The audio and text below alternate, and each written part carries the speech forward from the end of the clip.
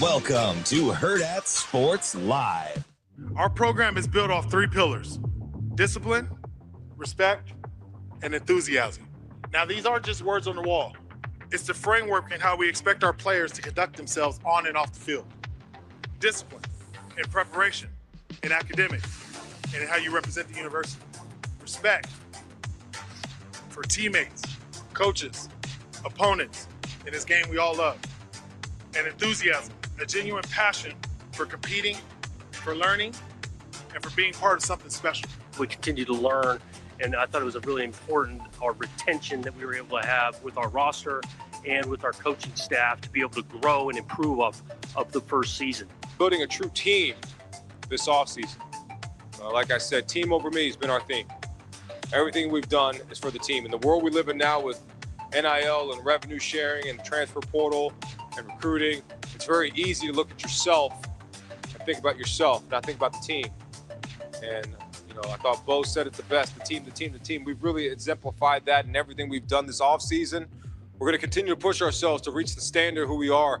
When you come to University of Michigan, it's not just about being a great football player, it's about being a great person. All these rivalries mean a great deal to me. They mean a great deal to anybody that cares about college football. Yes, I mean that's.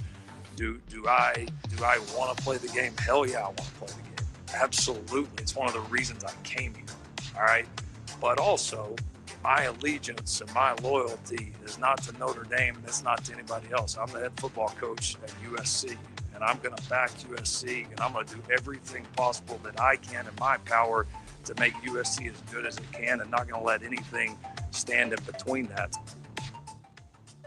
Hell yeah, I want to play the games. Welcome to Hurrdat Sports Live, presented by Centers Federal Credit Union. That's DB. I'm Ravi, Lulla here at Hurrdat Sports Bar and Grill. What's up, DB? How we doing? We're doing all right. Yeah, doing not too bad. Yeah, yes, I'm doing all right.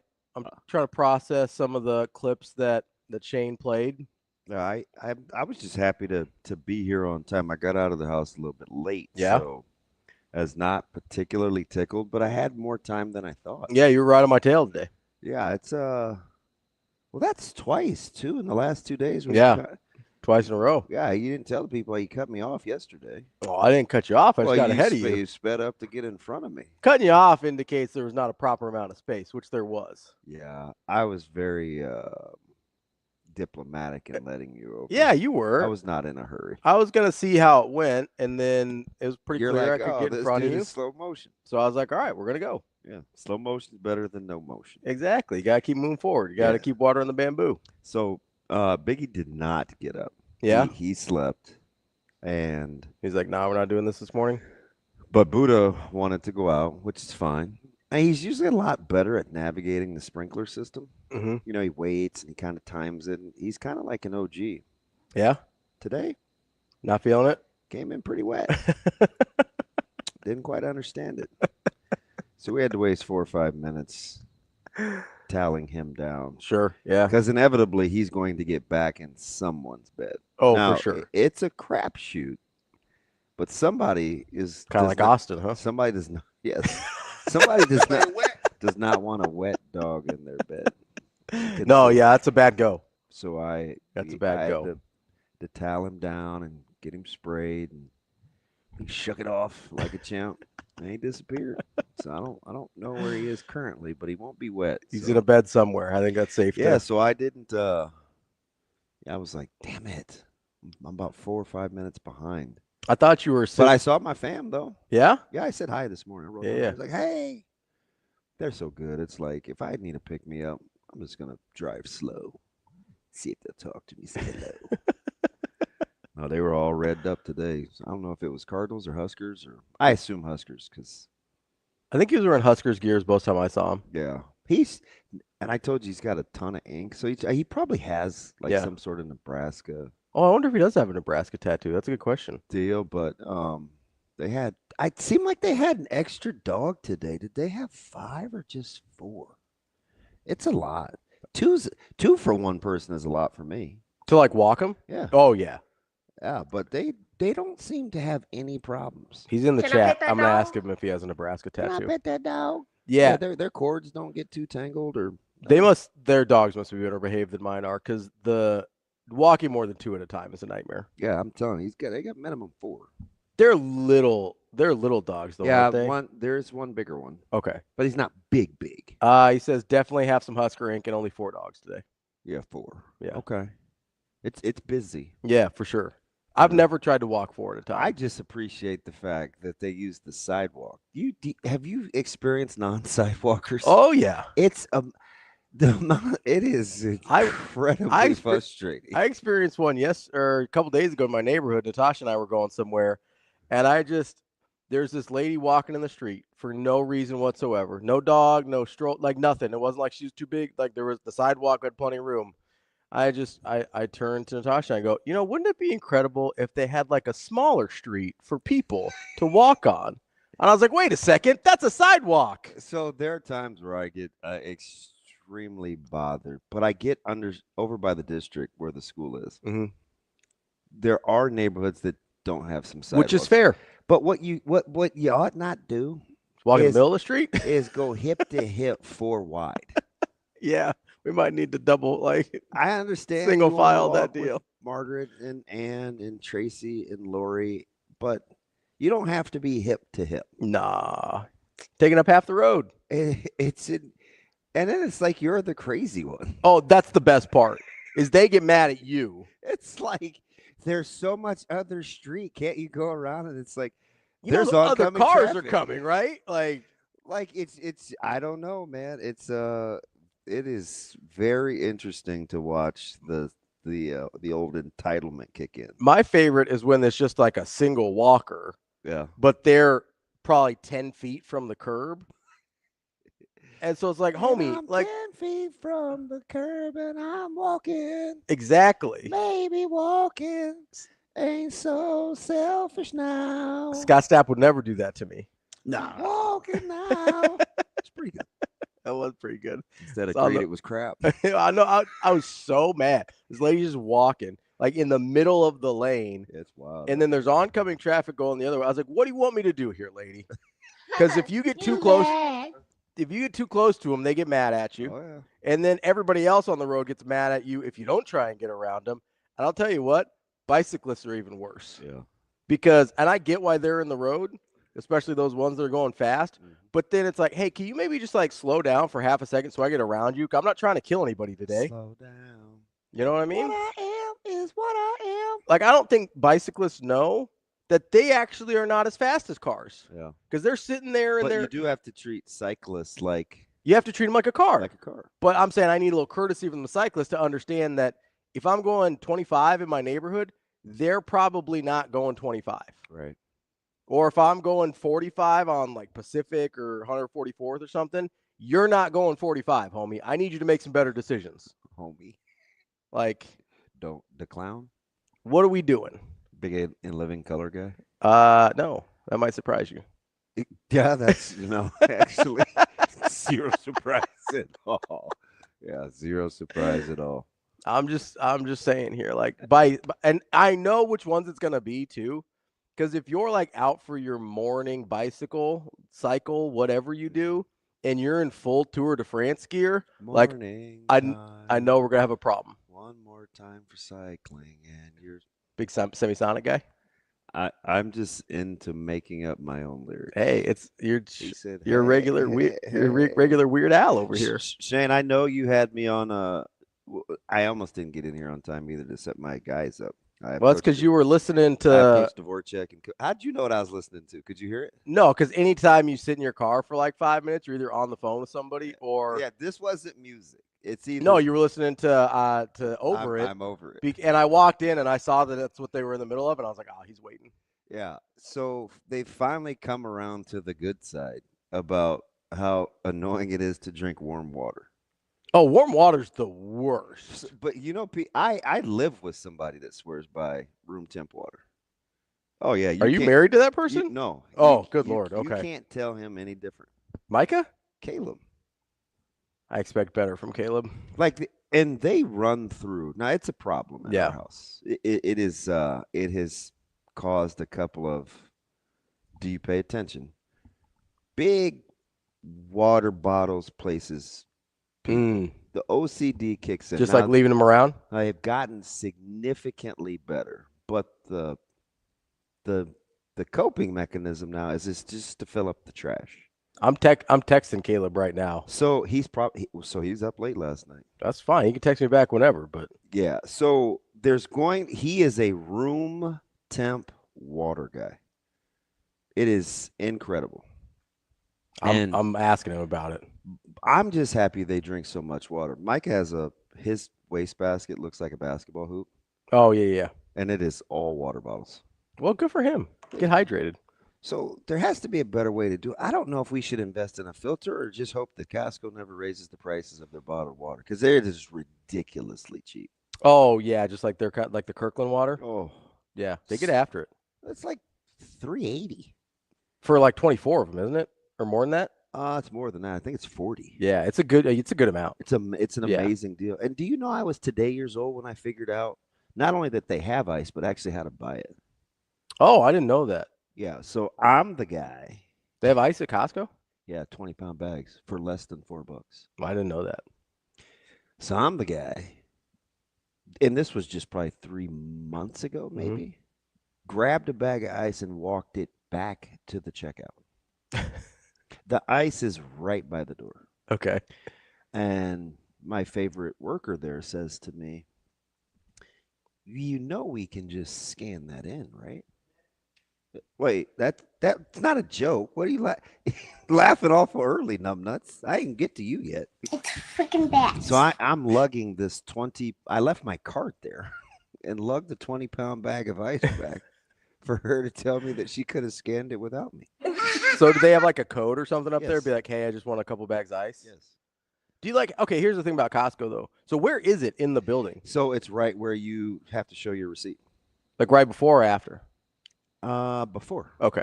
So like you get it on the way out. It's right by the so you customer grab service. it and then it shows up on your receipt and stuff still? Because that would So it have already been on my receipt because I scanned it at the checkout. Because that's what I'd be concerned about. Like, do I need a voucher or something? You get it about, I don't know, 15 feet from where you leave. Okay. Yeah, I carried that thing back. It's kind of embarrassing, but Headley says I do this thing where I put ice in my cup. It helps a lot with the room temperature water. well, that's the only reason I carry my Yeti stays strapped. Oh yeah, because you gotta keep the ice. Yeah, gotta keep the ice going. Then you just never know like what you're gonna need to put in there. Yeah, I will actually. I end up wasting some like soda or whatever I've got in there sometimes because like I always have to have ice in there, and if I don't drink it fast enough, it gets watered down a little bit. Yeah, I don't believe in that. And so I'll toss it out because I'm gonna try to drink down water. I don't believe in that. You don't believe in what? I don't believe in wasting. Yeah, I'm not trying to drink down watered down stuff. Did I tell you about the lady at the airport that made me ginger ale? No. Yeah, again, I think finding ginger ale in like establishments sometimes is like finding a unicorn. Also, they don't have it a lot, do they? I don't know what people have against ginger ale. It only gets like one rack in the refrigerator space in gas stations, and people at now this is an airplane place. It's like a hangar. Sure. Whatever. And she was really cool. Do they have it at bars still? Well, this was probably a bar type. Okay. You could eat there. My guess is it's more prevalent at bars than at like a normal restaurant. Yeah. So, and I wasn't going to ask because I said to Sash, she goes, well, Nathan's has breakfast. And I go, I don't want a breakfast. I just want like something from like. Not trying to get a breakfast hot dog? Well, I wanted to settle my stomach down because we ate sushi the night before. Oh, yeah. And I'm getting ready to board a plane. So I can't time it, right? Yeah. Because I'm out of my routine. Because the lift came at 6:15, which is 4:15 normal. Yeah. And I'm like, yeah, 2-hour, 25-minute flight. I don't want any surprises, no hiccups. Totally fair. So, short of taking a sedative, I'm like, let's take a shot at it. So I wasn't gonna ask because it said please wait to be seated. It only held like 30. It's your typical off the terminal. Oh, little restaurant, like quick deals, yeah. And so they were super busy, and I looked at the lady. That's why you don't judge a book by its cover, because she turned around and did it to me. She goes, "Come on in." She had this like raspy smoker voice. Okay. And she goes, "What can I get you, handsome?" And I go, "Oh, that's cool." It's pretty disarming. I'm going to ask. I said, hey, because I wasn't going to, because she seemed busy. She's ripping around the place. But once she said handsome, I was like, let's give this a shot. Like, I got an opening here. I said, hey, this is kind of random, but do you have ginger ale? And she says, no, but I can make it, sweetie. And I was like, oh. And people have done that for me before. Wait, how do you make ginger ale? So it's like bitters and club soda and something else and something else. My buddy Chad, so the first person to ever do it is, I got a good buddy. His name's Chad Morford. Okay. Who used to bartend, who would make me ginger ale back at the old McKenna's. Oh, okay. Because they didn't carry ginger ale. This is how long ago it was. Yeah. This is back when it was on 78th and Pacific. Okay, yeah, that's what I was thinking of. And he would make me ginger ale. Is that where Jams is now? No, it's on the other side. It's by I don't go to 72nd and Maple or Pacific, even though I'm on Pacific a lot, almost every day. Like less than a mile from there. I don't go east. Oh, yeah, let's come back. I west. have been to Total Wine a couple times. Okay, yeah. But I'm not coming from the school when I go there typically, so I take the interstate to 72nd. Yeah. So I don't come down Pacific. Gotcha. Okay. So I don't know what's there now. Okay. But it's been a couple different restaurants. But anyway, back to the story. Mhm. I didn't believe in wasting it Okay. because she made it for me. Oh, sure. Yeah. So you like down that thing? So my dumb butt has got my luggage. What are you laughing at? Sasha's behind me and somebody's in front of me. Just one brother's in front of me. And I'm doing my phone with my boarding pass. I've got it ready. Mhm. And I clicked out of it. And I can hear Sasha. I mean, just foul. She's like, that's why you need an apple. So I'm scrambling trying to get the boarding pass thing pulled back up. I need to slam the rest of my ginger ale. And I go to pour it out in the trash, and I miss, and the ice goes all over the floor as I'm getting on the deal. And I could hear Sasha. She's like, oh, my gosh. And I was so embarrassed. There's no way that's all she said. No, they're all worse. There's not a chance. Who knows? That there was... I'm wondering what the other lady that was behind, because you're like in clusters, right? Yeah. You're boarding on Southwest. But because I was adamant about not wasting the remainder of the homemade, you threw it on the floor. I missed the trash. It's fine. I'm like, God, if somebody slips on those ice cubes, they're gonna be so pissed. But it was fine. Yeah. There's not a chance she didn't drop an F-bomb at you. Yeah, I don't know. I don't know. Not a chance. And you do know that was me that sprayed the cologne on the plane, right? No. Yeah, I couldn't believe Kyle said that. Oh, because I think he was joking on Twitter. Yeah. And Sasha's like 5 or 6 rows behind me. I'm like, is she a hound? Like, how did she smell that? Because I could see on Twitter, Shane, Sasha goes, who sprays cologne on a plane? All right. And I think it was Kyle that goes, this is on Twitter. Like, I'm reading this, and it was me.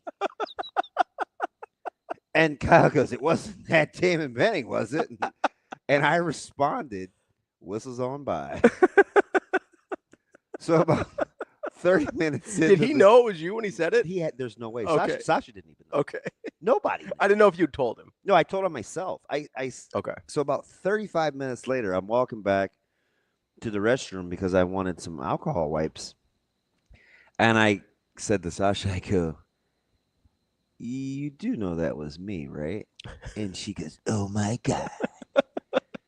But it was weird because number one, it was clean linen from Bath and Body Works. It wasn't even cologne. It was like a body spray. I think it's for rooms. But I put it in my shaving bag in case I don't like my hotel room. Forget it. I mean, it's too much to knock it off. We're out here. I'm just imagining, knock it the frick off. I just imagine you taking like a room spray and you're like, listen. So your boy pulls the tray table out, and I'm trying to be super conspicuous. Is it inconspicuous or spicuous? Inconspicuous, right? Yeah, that's to try and keep it low. Because I have a neighbor who I'm getting the you don't smell very good vibes. So from like the neighbors giving you those vibes? the person was atrocious. Okay. So you're judging a book by their cover a little bit? No, my nose did. Oh, okay. And I'm like, I got 2 hours and 1 minute left on this flight. This is not about to go down like this. So I didn't want to be like the rude guy that because it's compartmentalized and I don't want it to be. I'm like, but it's clean linen. Like, who doesn't like clean linen? And I didn't want her to be offended that I was spraying it at her, so I sprayed it between my legs towards the direction, hoping all the particles would. This is real, by the way. I know I'm funny, but this is real. And I swear, 6-7 minutes later, I see on my tweet deck, who sprays cologne on a plane? There's no way she knew it was me. I was embarrassed. So I told her, when I walked by, I go, I said, did you know that was, there's no way. And she goes, no, but who does that? And I was like,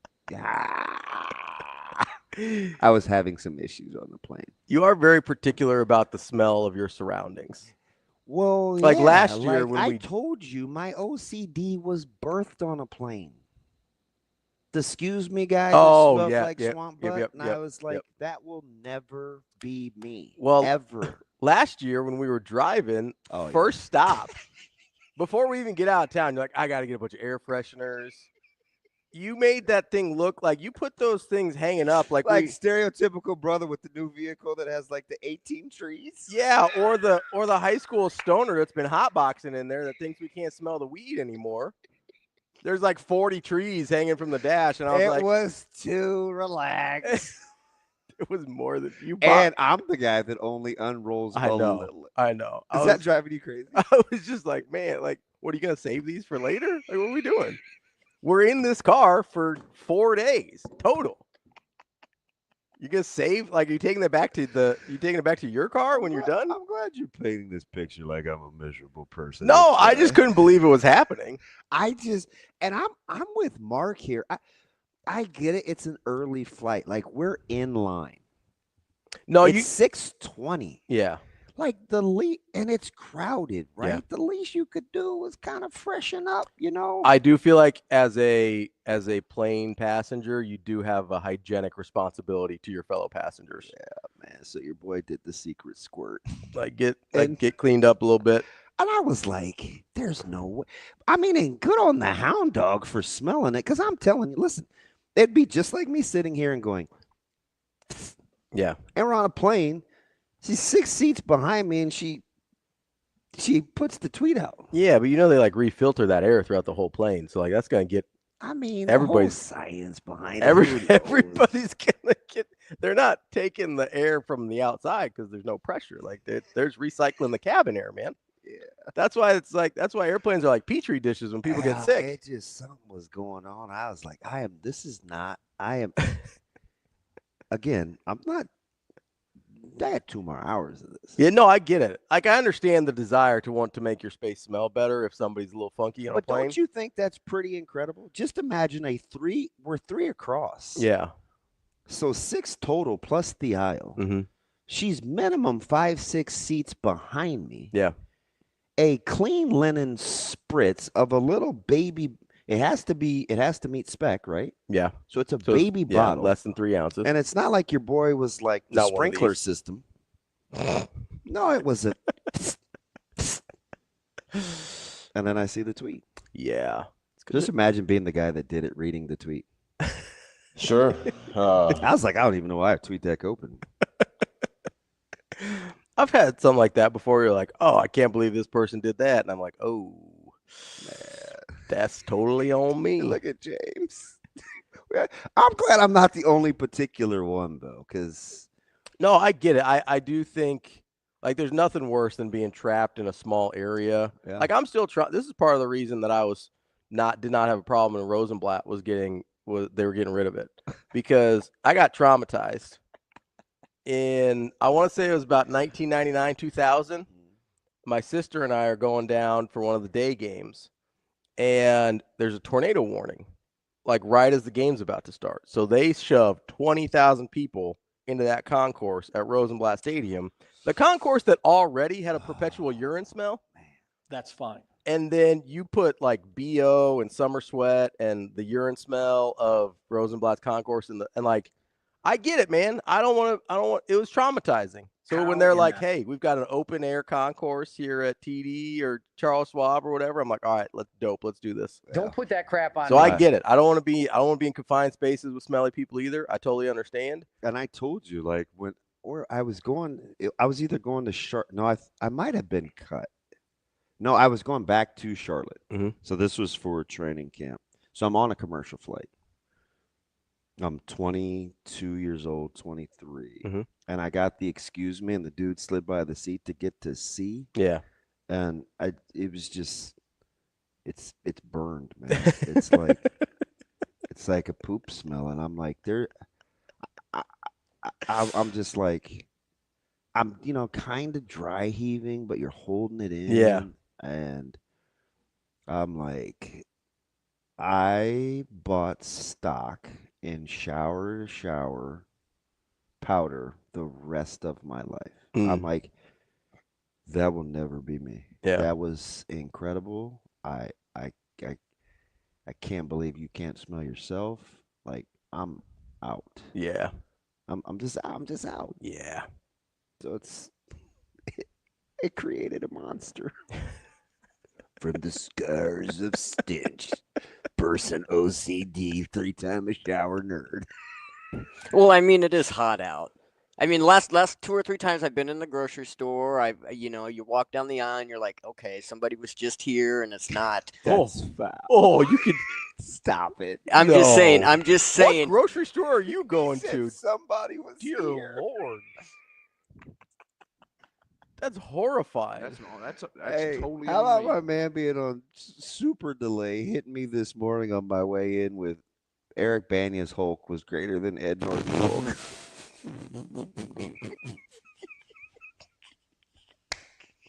It's flickering. Okay, Just got to stay on. Okay, Shane. Where does Mark Ruffalo fall in the pecking order there, Shane? Number 1. Okay, thank you. Yeah. As long I can debate the other two as long as we know what's Ruffalo's number MCU stand for again? The Marvel Cinematic Universe. Okay. Yeah. He goes, the MCU one right now is probably the best. Yeah. Yeah, Ruffalo. That's my guy. I'm like, well, the Banner one. It's 651, man. What are we talking about? The Banner one was the classic Hawk, which I prefer the classic Hawk. And the classic, like the thing that flies in the air and has a nest. And then the Edward. Is that like? Did he say Hawk? He said Hawk a couple times. I said Hulk. I was waiting for the Tua right behind it. Jen. And the Edward Norton one was probably the one that was current in the comic books when that came out, which I don't really particularly care for that. Hey, so. What's the name of the green guy again? The Incredible Hulk. Oh, there we go. There was an L that time. I'm pretty sure. No, he said Hawk said twice Hawk in a row. Yeah. I expected him to go viral. All right, I'm just saying. Steve, I mean, of course, Stephen Young's a Lou Ferrigno guy. Hey, look at Scott. See, that's why I don't do concerts. Yeah. I don't like. I'm telling you, I don't. There's a lot going on at concerts. I'll go occasionally, but there's a lot going on. I was probably one of a handful of people, and this doesn't have anything to do with my political stance. Mm-hmm. Man, when your boy had to wear a mask, I would mumble under my breath, "Thank God I got this on," or "This is perfect for me because nobody wants to talk," or "It's too hard to take them down." Yeah. Like, I was the only one that felt like I could function at a decent level because it was how I would say you elevated because you're like, anonymity. I can't smell you. You can't talk to me.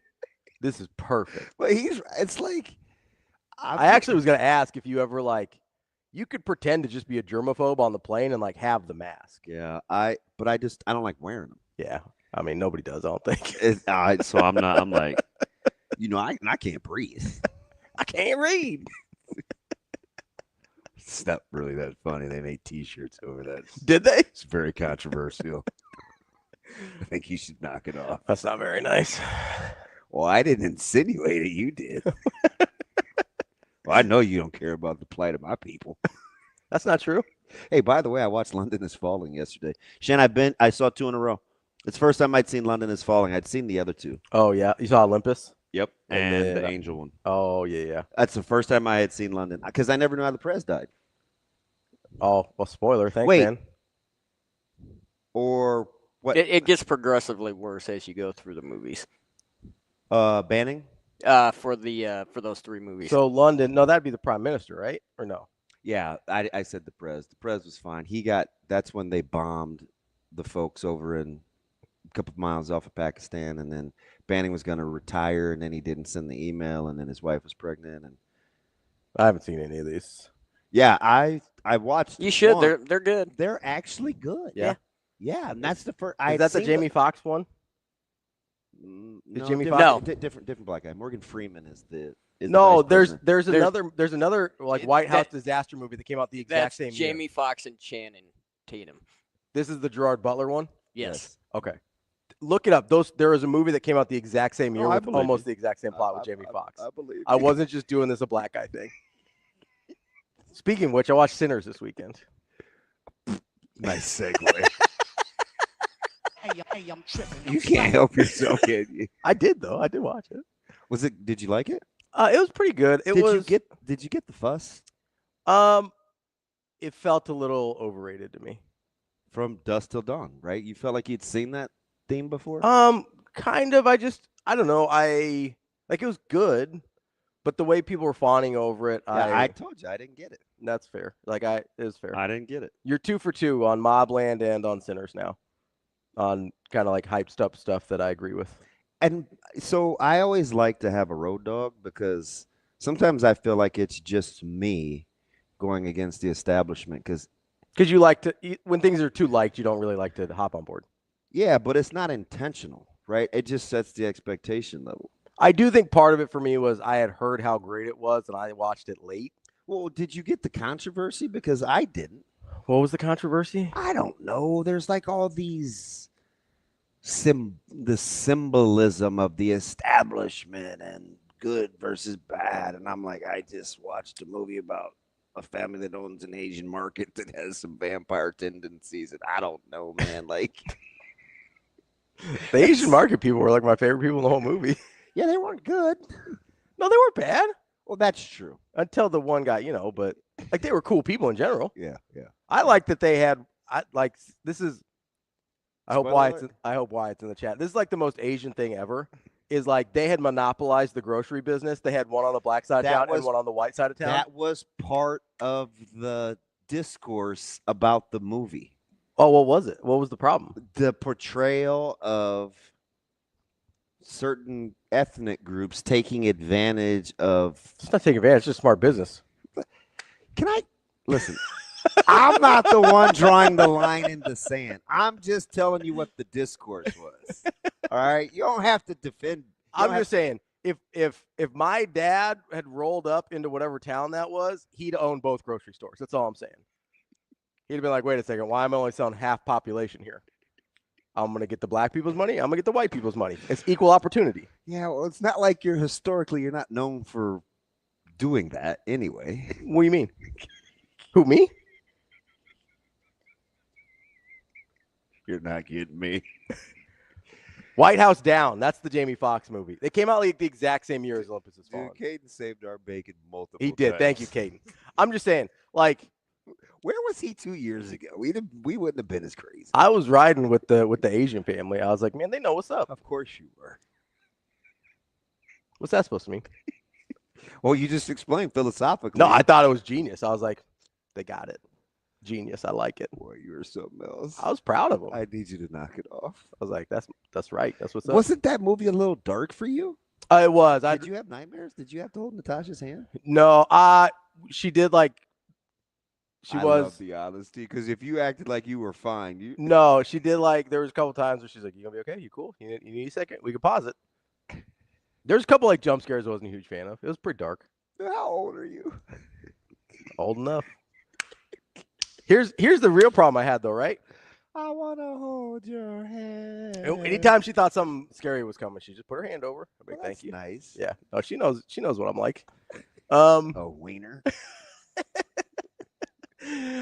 No, the other problem I have is like, okay, so you've got this kid, the Sammy kid, right? And he conjures the devil basically with his music. Mm-hmm. And then he just goes and keeps on playing music for another 70 years. Regular scat man Crothers. I'm just like, at some point, knock it off. I'd probably put the guitar down, homie. I know. Like, you literally got everyone you know straight up murked. everybody you know. Yeah, I didn't. It was fine. At some point, be like, hey, maybe I need to reflect and take some personal responsibility for what happened here. I just Everybody. exactly, Trevor. Like, so and here's my other question. So he went on another 70, 80 years playing music. Did this not ever happen again? Like, how did he not? Like, did he like go only? Was he only going like 70%, so he didn't conjure any more devils? Like, what's happening? That's how things get done. Hey, look at Suave mentioned. Haley Steinfeld actually spit in Michael B. Jordan's mouth in that one scene. It wasn't fake. There's zero way. Can I say this? So there's all the memes and like TikToks on the internet and stuff where they're like people pretending to be Josh Allen. Look at Hadley Lamar. Can I just say, that dude is funny. Dude, Headley is funny. He's also nuts. He has like his own whole show that happens while we're in here. Can I just say something? He said everyone would let that happen. I don't want anybody spitting in my mouth. No. For any reason. Yeah, 100%. Like, I don't understand 100%. some of these like Gen Zers and stuff that are like into weird stuff. Don't spit in my mouth. Ravi here for just whacking Jen's ears. Don't spit, man. Okay, I get it. I'm good. And plus, I would throw up, so you need to chill. I'm going to stop. I'm just like, nobody spit in my mouth. It wasn't pretty. Like, I will. No, but I will smack somebody. They try and spit in my mouth. Like, they're catching hands. It's not. It's like that's the only thing that's happening. I'm keep just pushing. Absolutely. You talking to a So ghost? the other thing about that scene, though, so there's all these memes and TikToks and stuff about people pretending to be Josh Allen and like how uncomfortable he would be during the movie. Yeah. Like, listen, like it was probably not the most comfortable thing for him. It wasn't nearly as bad as people made it seem. Yeah, plus, it's Josh Allen, right? So Probably pretty secure. right. Also, it wasn't nearly as bad as people made it seem on the internet. Also, she ends up murdering the guy, so Spoiler alert. probably cool. Anyway, back to London is Falling. Ain't nobody spitting in my mouth. I kind of like that series, but I'm a big Butler guy, and I like the guy that plays. Is it Eckert? Aaron Eckert? The Eckhart? president, yeah. Eckhart. Is there an H in there? Yeah. Are you sure? I'm almost positive. We're gonna Google it. I hope you're wrong. Pretty 'cause sure. Every time you say I'm almost positive. He was Two-Face, right? Yeah. Yeah, there's Yeah. an H. I liked him as the president. ECKHART. Yeah? Yeah. Have you seen Thank You for Smoking? No. He stars in that one. He plays a lobbyist for the tobacco industry. Fascinating movie. Like it's pretty funny too. Like he's snarky. I liked him as the president. Yeah, he's a good actor. I like him. Yeah. Quality. Although he was in harm's way a lot. I don't know how good a security detail Butler ended up being. Yeah, you got like Gerard. Step it up, bud. I'm big Banning guy though. Yeah? Yeah. Banning. Which one's that?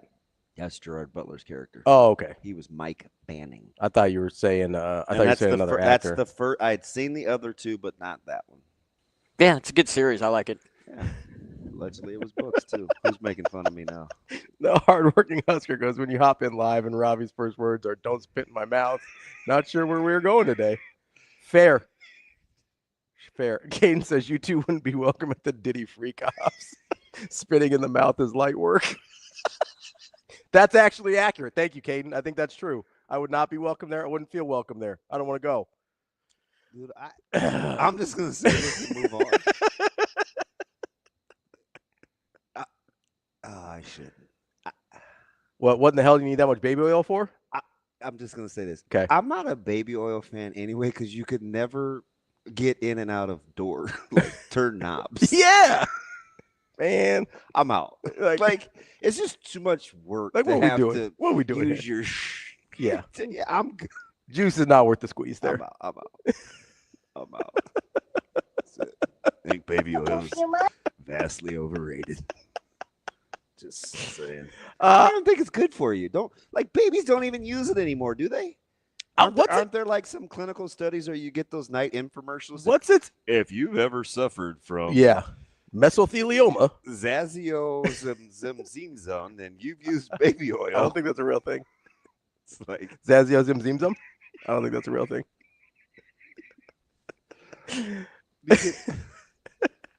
What was the original? Like, what is the intended use of baby oil? I don't even know. Wait, is that I should try your elbow groove like a headlock? I'm not going to use baby oil to try it, but that is interesting. How are you turning the knob like that? I don't know. Like the times it's gotten me with like. No, you gotta go lotion, shirt. I Yeah. use my shirt because you have to use the inside because you don't want the marks on. it. Yeah, Like, I've had to do it when Wait. I've put like lotion on or something before. does that work? Shane, you seem like a baby oil guy. Have you used your elbow groove on doorknobs? Got to keep watering the bamboo. Hey, I'm tripping. Tim says, "Isn't baby oil made from babies?" I don't think so, bud. I could be misremembering, but I don't think it's a thing anymore. I thought that was the talcum powder that got like I don't know. got It's babies something sick. bad Johnson & Johnson did. So here's my question: like, what was baby oil supposed to be used for? Like, I don't even understand like what it exists for originally. Like, what is the intended use? Wasn't it hair? I have no idea. I don't know. I don't know what you. What? Did that get all the way out? I'm just imagining a baby with a Jerry curl. Now, why you have to go to the gym? Okay. You said it's for the hair, and you're like, "Well, I'm black," and I was like, "Okay." And then like you led me there. You walked me all the way up to. Babies have a full enough head of hair where you're talking about the curl. I meant for the style and comb overs in the skin. That's why it was funny like in my dry head. scalp. That's why it was funny in my head to Oh, imagine you just fast forwarding. to picture a baby with a Jerry curl. Like I'm just picturing like 2004 Pedro hair on a baby, which is funny. Golly, man, the closet races in the box. This dude is wild. He's skipping 1 through 8 and going to 10 with the Jerry curl, huh? Yep, that's what I do. Wow. All right. Whew. Mark says a lot of people use it for when they have cradle cap. It helps moisten the head. That's what you were talking That's about. what I was talking. Somebody with some sense. Yeah. Oh, somebody had a baby. Somebody with some sense. Somebody had a baby at some point. That's good.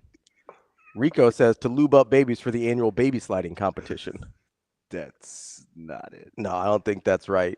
Hey, Suave, do you have any baby oil in the house? You have plenty of young pups there. He does. He's got 3 of them. I think 2 have probably graduated past. I don't know. I have no He's idea. got a second grader. I have no idea what Pretty the use sure of she's baby not oil is. So. Rocking the baby oil. Although she might use it for the curls in her hair. Moisturizing skin of babies is what TK says. He probably Googled it. Dude, TK hit me with a nice little nugget from Rhule School, Jamal Rule's high school. Oh, yeah. Coached by 3 Panthers. He said Greg Olson, Luke Kuechly, and another Carolina Panther. Because Rhule's school is K through 12, which I didn't even know was a thing. Oh, some of those little private schools are, yeah. Yeah. So a lot of the either Catholic or Lutheran schools are still K through 12.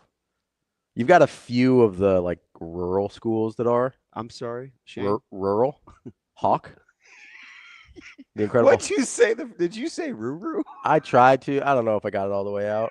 Rural. I struggle with the double R, so I'll be honest with you. The RRL, which is ironic as an RL myself, but. That's why you just go with L3. Rural.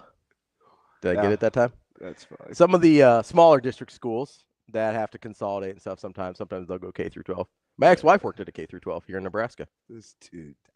Last I knew, Dorchester Public was still a K through 12. Dorchester. Outside of Lincoln? Yeah. Yeah. I'm familiar with Dorchester. Are you? How are you familiar with Dorchester? That's where my ex-wife worked. Really? Yeah. Back in the day. That's why we lived in Ashland, so we could split the difference. Small world. Yeah. How do you know Dorchester? Oh, you didn't know? I don't know, to be honest. You probably watched some D2 state title game or something. And Yeah, maybe. That's probably what happened. Maybe. that sounds about that right. sounds up your alley. Yeah, I'm still are we gonna act like you just didn't fast forward to Jerry Curl? I mean, we can act like however you want. I'm staying on business on that one. I mean, we're not even subtle anymore. Were we ever? What if it was just for simply dry skin? There's lots of steps we could have gotten to other than fast forwarding to the Jerry Curl. Correct me if I'm wrong. Oh, I will. in the preparing of a jerry curl, there's some sort of like liquid involved, right? Is it like an oil? Is it like a baby oil? I would assume so. I mean, did you ever know anybody that had one? Yes. What were they using? Do you know? I felt like that feels like a question you would ask of people that you know. No, but like kind of in our community, like you would see some things and you just didn't ask. Okay. It just wasn't appropriate. You just move right on. Yeah, I don't know if anybody ever said like, "Hey, what do you put in your hair?" Because we had to go through the whole straightening versus crimping versus, getting the conks, and it's very controversial. Sure, yeah. So, and ask a lot of questions. Okay, that's fair. I thought maybe there was like a secret circle of trust that you were like, "Hey, I'm trying to get that jerry curl popping like yours. Like, what are we putting in there?"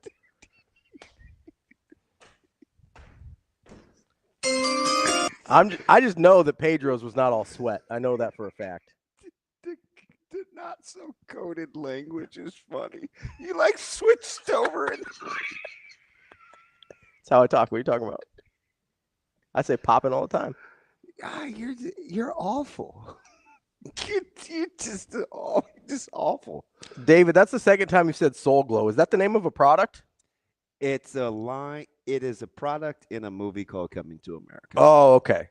It's how Daryl's family made all their money. Gotcha. Let your soul glow. Not a big Coming to America guy.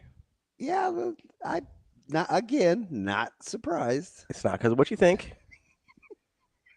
I'm not a big Eddie Murphy guy. Too bad. Old Eddie is funny. His humor just doesn't hit for me. Yeah. I'm not saying he wasn't funny. I'm not like, for me personally, his humor does not hit me. It just doesn't. Interesting. I don't know why. Never has. That's fine. Yeah, just hasn't been my cup of tea. Not even old Eddie? Some of the stand-up, but not the movies. The movies never really did. The movies. Were you not a big Beverly Hills Cop? No, I don't like any of his movies really. Probably the closest is Shrek. I like Shrek. Of all the characters you. That's what I mean. Like Donkey? his Donkey's not even probably my favorite character. Like Donkey's just kind of there, but he doesn't bother me in Shrek. Out on Beverly Hills Cop? Yeah, I really don't Out on Trading Places? Trading Places is probably the best, or the one I like the most. Trading Places was pretty funny. Yeah, like I said, it's a me problem. I get it. It's just his humor does not sit with me. Like, it just doesn't work for me. I don't know what it is. That's okay. Just a personal preference thing. It's not disparaging to him. Obviously, he's made like $100 bajillion doing it, so like it works for a lot of people. Yeah, and I mean he's had several duds, and he's gone through different sort. I do think stand-up Eddie and movie Eddie, especially like modern movie Eddie, are very different people. Like he does kids movies now, basically. That's a very different version of Eddie than 80s Eddie or stand-up Eddie. Shane, where does Eddie Murphy rank on your SNL characters? Really good on SNL. I really like him on SNL. He still may not be the funniest. I mean, you got Eddie's one of my favorite actors of all time, but on the SNL, it's probably maybe 5 or 6. Who was the guy 4 or 5? that died prematurely? Phil Hartman. Now, Chris Farley. You have to be careful with Saturday Night Live because there's a laundry list. A lot of that died prematurely. John Belushi, pick one. John Belushi. I was going to say he played in the overrated frat movie. Yeah. Oh, Animal House. Yeah. Yeah, I didn't think Animal House was funny either. Yeah, that was not funny. I will say 80s comedy in generally does not hit with me. Like, it's not. I'm not a Chevy Chase guy. Hey, Chevy Chase has one of the funniest scenes ever on Saturday Night Live. Which one was that? Now, granted, it was with Richard Pryor, so doing a lot of heavy lifting there. Yeah. But Eddie's top 5 cast members. Yeah, that's how I say. Probably of humor. It's hard. 5, 6, something like that. Than you think, though. There have been some funny people on Saturday Night. Oh, 100%. Yeah. Like. So Eddie, I don't think Eddie, is this a hot take? I don't know if Eddie's a slam dunk. Well, he also wasn't there a long time. No. So that hurts his case too, because he doesn't have. Now, you could only do so many Kill My Landlords and KILL My Landlord. I can do that. You cannot. I didn't say anything. I do not pretend to be the. I mean, sometimes you do. You've done the voice a couple times.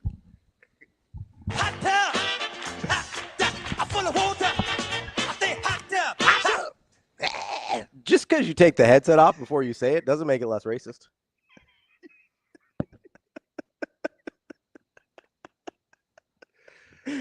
No, 80s comedy in general I struggle with. It's not really up my alley. Okay. There's I just don't.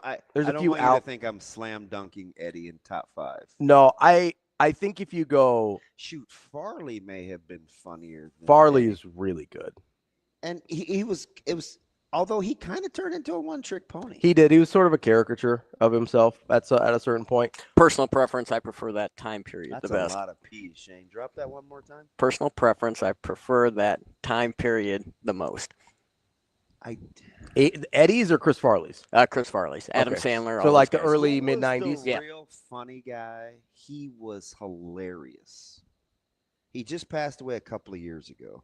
Norm Macdonald. Oh. Quietly hilarious on SNL. Not a big Norm Macdonald guy. Huh. I like you less by the minute. He's like. Did you know that? I just figure the more I talk, the less people like me. It's fine. His weekend updates were great. See, that's what I think I like the least. I think I like his sketches better than the weekend updates. I don't love. I think he's almost too dry for me. Like I don't. There's a lot of people like, oh, I would say our thing just started speaking Portuguese up here. There we go. It's back. I was going to say the only one that could understand that is Wyatt. You're rubbing off on me. And it's only, no, I know what you guys are thinking. That was a good. It's only because he's smart. I don't know what you guys. That's a good joke, though. I mean, there are some foreign characters up on there. Not just on the show, I meant on the screen. Yeah, Norm Macdonald stuff just wasn't for me. He's pretty funny. Again, I'm sure it's a me problem. A lot of other people like him. I recognize that. It just wasn't my type of humor. Wyatt, sorry. I mean, you don't even know what it really looked like, so it's not that bad. It's not that bad. Oh. I only referenced you, Wyatt, because I think you're smart. Yeah, that's what it was. You're such a hater. It's incredible. I mean, it's like when you showed me You're like your baby kerosene. It's just like it's like when you showed me this TikTok video of an Indian recipe and they're not speaking English and you're like, "Hey, what are they telling me to do Why here?" are you bringing up old stuff? I was like, I caught the same amount of words that you did in there. I got a basmati and I caught a tandoori. Oh. Travis says, like Daniel Powder. I was having a bad day. Because you had a bad day. I don't know why. That was bad. That was pretty bad. I apologize. I just It's figured. all right, we're cool. Don't worry about it. It's all good. I figured you would. I don't know. I think you could like bridge the gap. I'm closer to your side of the bridge than I am that side. Yeah, of the but bridge. I have mispronounced spices before when I'm looking for stuff, and you tell me what it is. I know, like how to. I just figured that because I know how to pronounce a spice that I can speak full on Hindi. Might have been a little bit of a jump. A little stretch, a little bit. No worse than Jerry Curl from baby oil. Yeah, but that's what I do. Right, Ravi, David Duke. Whoa. Lulla. No, the hooper. The shooter from Providence. Providence, Big yeah. East. Good shooter. But Ravi could knock down the three. That's right. 41% career three-point shooter. I think we probably should do some sports. We did. We just talked about my three-point career percentage. Travis says Norm Macdonald is Burt Reynolds for Celebrity Jeopardy. That's a good skit. Like that, I like him doing that stuff more than I like Weekend Update. Who was Sean Connery on Jeopardy? Oh, it's one of the cast members. That dude was funny. That was a pretty good bit. Yes. Who played Church Chat? Daryl Hammond played Sean Connery. Who was the Church Chat person? Church Chat? Mike Myers, I think. No. Was it Dana Carvey? Oh, maybe. Church lady? Yeah. Yeah, Dana Carvey. You're right. Funny. Wasn't Mike Myers in that skit though? Wasn't he like his? I don't remember. I may not have been into SNL. I got away from it for a long time. Okay. I don't remember what Mike. Is that how Mike Myers started? He was on it pretty early in his career, and then he kind of left to start making movies. Like, I think Dana Carvey's quietly pretty funny. He is. He's one of the guys that's weirdly, his skill set fit perfectly in SNL and almost for nothing else. Like, his movies weren't very good. He tried to do the talk shows and stuff. Like, he had a perfect SNL skill set. Are we going to act like Joe Dirt wasn't funny? That's not Dana Carvey. That's Oh, that's is it Spady? David Spade. Yeah. I get those two confused. Yeah, no, Spade's done a lot of movies that are funny. He's done TV shows and stuff. Like Dana Carvey, like very specifically, is only good at SNL. It's kind of wild. Okay. At the risk of Amazing Daniel killing me, which one was in where they had to sell the brake pads? David Spade. That's Chris Farley and David Spade. Okay. Any of the Chris Farley movies are going to be David Spade. They were like boys. All right. I like him. Yeah, David Spade's funny. Okay. He also outkicks his coverage like consistently. In his dating life? Yeah. Oh, well, he's rich. I mean, like, good for him. I'm not mad at it. I just like, good for him. Got to keep watering the bamboo. Stop. Did you see somebody in the chat yesterday? They go. It was a total Steven moment too, where he goes, whomever said it goes, actually, watering the bamboo is kind of it's a bad analogy because it just grows wild. It takes over everything. He goes, it grows super fast and it's invasive. Yeah. Well, actually, was that QB Ace? Somebody said. I don't remember. I was like, what a Denny Downer. Can't I just enjoy the quote? Yeah, it's a great quote. Gotta keep watering or the bamboo. book or whatever it was he was referencing. Got to keep watering the bamboo. Travis says it's okay. All those small white comedians look the same. I didn't say it, Travis. I didn't say it. That's a legit mistake. Dana Carvey and David Spade do have similar features. Like the hair was the same for a while. Thank you like for letting I got me you. off the hook. You're good. I thought Martin Short was funny. I'm very selective on Martin Short. Sometimes I think he's funny, but it's got to be the right situation. I'm a little picky about my comedy. Yeah, you're not funny. I don't know. I am funny. You laugh a lot while I'm here. That's all I'm saying. Because I'm floored. And I laugh to keep from crying. I'm just saying. Baby oil to Jerry curls. The laughs count as W's in my book. That's why I keep going. That's TB. I'm Ravi Lulla. We will talk to Tim Verghese coming up next here on Hurrdat Sports Live. Joined now by Hunter Salas, another Omaha native at NBA Summer League. Hunter, how special has it been having 5 guys from Omaha, your hometown, represented here at the NBA Summer League? Yeah, it's definitely crazy. I know it's a dream come true for all of us. And just being able to, see some familiar faces, just at a big-time scene like this is great. So it's definitely huge. And getting to play again with St. Thomas, how do you even put that into words? Man, it's crazy. I just know, I've been playing with him since I've been in the first grade. So just being able to, share NBA court with him is definitely a surreal feeling for sure. But, it's something we've worked for our whole lives. It's something that we've, made a goal and tried to accomplish. So being here definitely is huge. Would you ever thought you two would be sharing an NBA court together, though?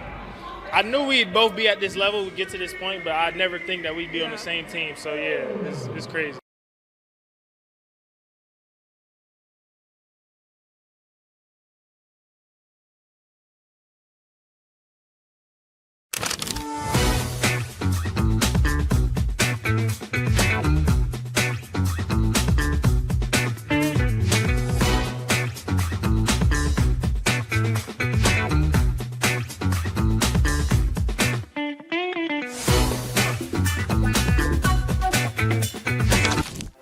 Aspirations can drive us.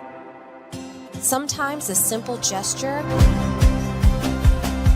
is what fuels the pursuit of a dream. When it's time to make your dream a reality, we are here to help.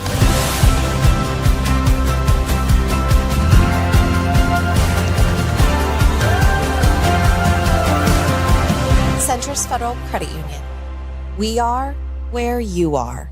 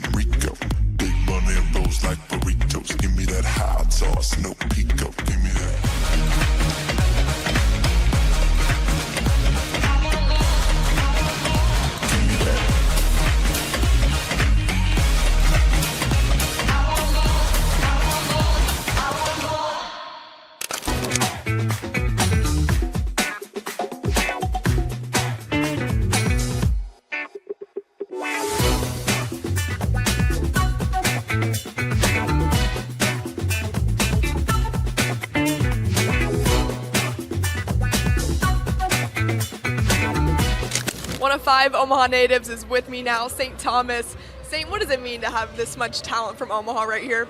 I think it means the world. I mean, most of them came from my class other than John, but it means the world, especially playing with Hunt again. I mean, I can't ask for more than that.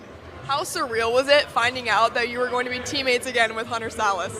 I mean, it was everything that we dreamed of. We talked about it before, like if we end up on the same team draft night, and then I got the text after that I was going to the Sixers too. So, I mean, like I said, it was everything that we dreamed of, and now we're here, and it was fun to actually got to play with them again. So, when you think about your journey, just how much has gone into this for you? You started off on the freshman B team, and look at you now. I would say my journey was crazy. I mean, like you said, it started off on the freshman B team and didn't even start, and then actually stopped playing basketball for a year in college, and just to be on this court playing with a bunch of great guys and playing and having the opportunity to get a chance to get seen to play in the NBA. So, I mean, I can't even put into words how it is. I mean, I'm just blessed to be here.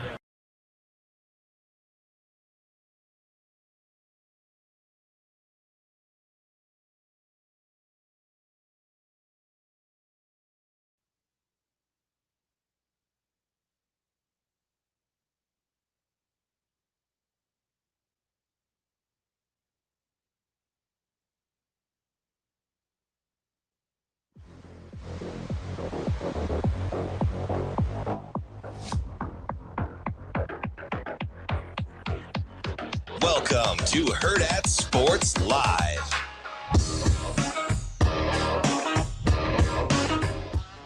Welcome back, Hurrdat Sports Live, presented by Centris Federal Credit Union. I'm sure they were proud to sponsor that last segment. When you're on the road today, make sure you got that seatbelt fastened and make it click. It prevents injuries and saves lives, but only if worn properly. This message from the NDOT Highway Safety Office. We're waiting on our guy Tim Verghese here. Maybe he just need a little palate cleanser after our conversation. He's like, yeah, I'm not touching those guys with a 10-foot pole. Ken brought up a really good one. Ken E. Ken All right, E. Be careful. His no, this is fine, I think. Have you ever seen the alien abductions sketches on SNL? No. They're some of the funniest things they've done in like a really long time. So, like, real talk, yeah. The only reason I know as much about SNL as I do right now is because they're having old replays on a channel that I watch. Oh, yeah. And so sometimes they'll be from like 1997 or so 2004. You'll catch them. Yeah. So I catch them. Mm-hmm. The alien abduction ones are more recent. They're in the last 10 years. Because I don't watch I don't watch that. I don't watch SNL. I get it on my TikTok. Like yeah, me too. I never like watch it live. Like weird because I'm always accusing you of being racist, but I get the Michael is it Che or Chi or Michael Che, the Weekend Update guy. Yeah, and they like read. Oh, those are funny. Those are actually funny. Really funny when him and Colin Jost read each other's jokes and they don't know what's coming. So I'm assuming Che is the brother and yes. Okay. Colin Jost is the one from Long Island. I mean, Kyle. The what? Sure. Do you know any Black Collins? Closest I got is Colin Powell. Do I know any Black Collins? Colin, you said. Yeah, right? Colin. Colin Powell is the closest one I got. Halfway. No. Yeah, it's a pretty white name. Colin. There's 2 in our office. They're both white. Isn't there a Hooper? Did he go to That's what I was trying to think. I might be thinking of Jason Collins, though. Maybe. Jason and Jaron, both Collins, not what I'm talking about. I don't need the dissertation after. I just, sorry, I was trying to help. I don't think so. Colin Sexton. There we go. Colin Sexton. Oh, very nice. Who dropped that? Caleb. Thank you, Caleb. Oh, Kaepernick, too. Duh. Kinda. What do you mean? How? Dan, why do I have to be a clown? Dan, he said Kaepernick, you clowns. Sorry. Maybe he said that because like 4 people No, said. Dan might be salty because he had to watch 88 clips of Rodgers throwing a pick on his first pass in training camp. David, Colin Jost is married to Scarlett Johansson, the white one. Oh, is he really? She got married? Yeah, this is the second time she's been married. She was married to Ryan Reynolds, I think. Yeah, I have no idea. And then now Colin Jost, the SNL guy. Interesting. She seems older than him, which is fine. I mean, not that there's anything wrong with that. Not that there's anything wrong with that. How old is Scarlett Johansson? We're going to figure it out here. She seems old. I don't know. That might just be the role she plays. She's 40. Oh, he's probably in the neighborhood then. Yeah, I would guess. He's 43. He's older. He does have a baby face. Yeah. He's got a real baby face.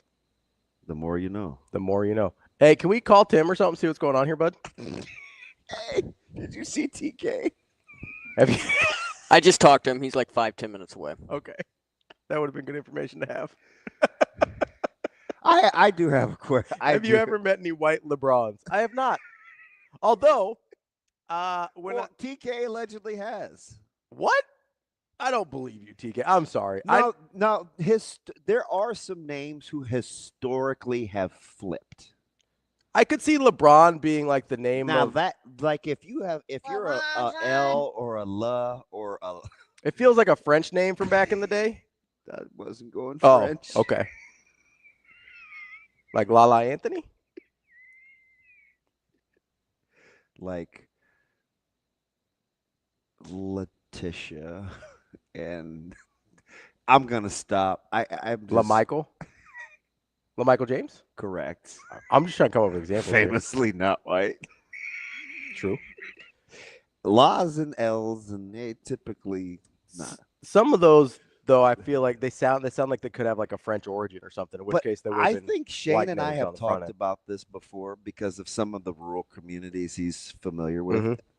You know, two names that famously get associated that started out as something different are Tyrone's and Leroy's. At some point, they flipped. So, like, they used to be kind of like rural white names, and Correct. now they're typically associated with black people. Correct. Yeah, I'd be surprised if I met a white Leroy at this point. But they would be much older. Yeah, like they'd probably. Right, you'd agree with that, right, Shane? Like, yeah, born in the 40s. Yeah, but somehow for whatever reason, Tim. Hey, stealthy. Larry's not white. Larry's clear. That was just on again. Why is Space Jam making a comeback? It's a great movie. Oh, that's a little strong. I think it's not actually. They're doing a second one, or they already did a second one. Yeah, because they did the second one. Yeah. All right. Does anybody know that they did the second one? Because I don't think it's very good. Sierra Wright does. Which, by the way, cash that check, baby. Which, by the way, when he rattled off all the corners, by he I mean Coach Rhule. Yeah. Did you pay any mind to order or omissions? I paid mind to the fact that he said Andrew Marshall first. That was the first name out of his mouth when he was talking about guys that can lock up man to man. I was like, oh, okay. He's really good. I was like, okay, here we go. And I don't mean in the return game. Yeah. So we're talking, I mean, if you had to say today, it's probably Sierra Wright and Andrew Marshall start your starting corners. I would. And you feel pretty good about it? Because Sierra Wright was good last year. Yeah. Like especially second half of the year, like he was good. And I think Amari Sanders has had a really good offseason. I think J.J. Charles has had a really good – I think the guys that they pegged to play early and then kind of took some time, they still were right about. Uh-oh. Uh-oh. I'm afraid. I don't know if this Just tell me who said it before I read it. Headley. I'm not reading it. I'm not reading it. Okay. Okay. Not doing it. Okay, that's not exactly right, Headley, but are you going to fill in the blank? Yeah, so he says, listen, Headley, sometimes you say stuff that you make up and it's funny, but I had to look for myself. He says, so he looked up the name LeBron. It is French and apparently means the brown.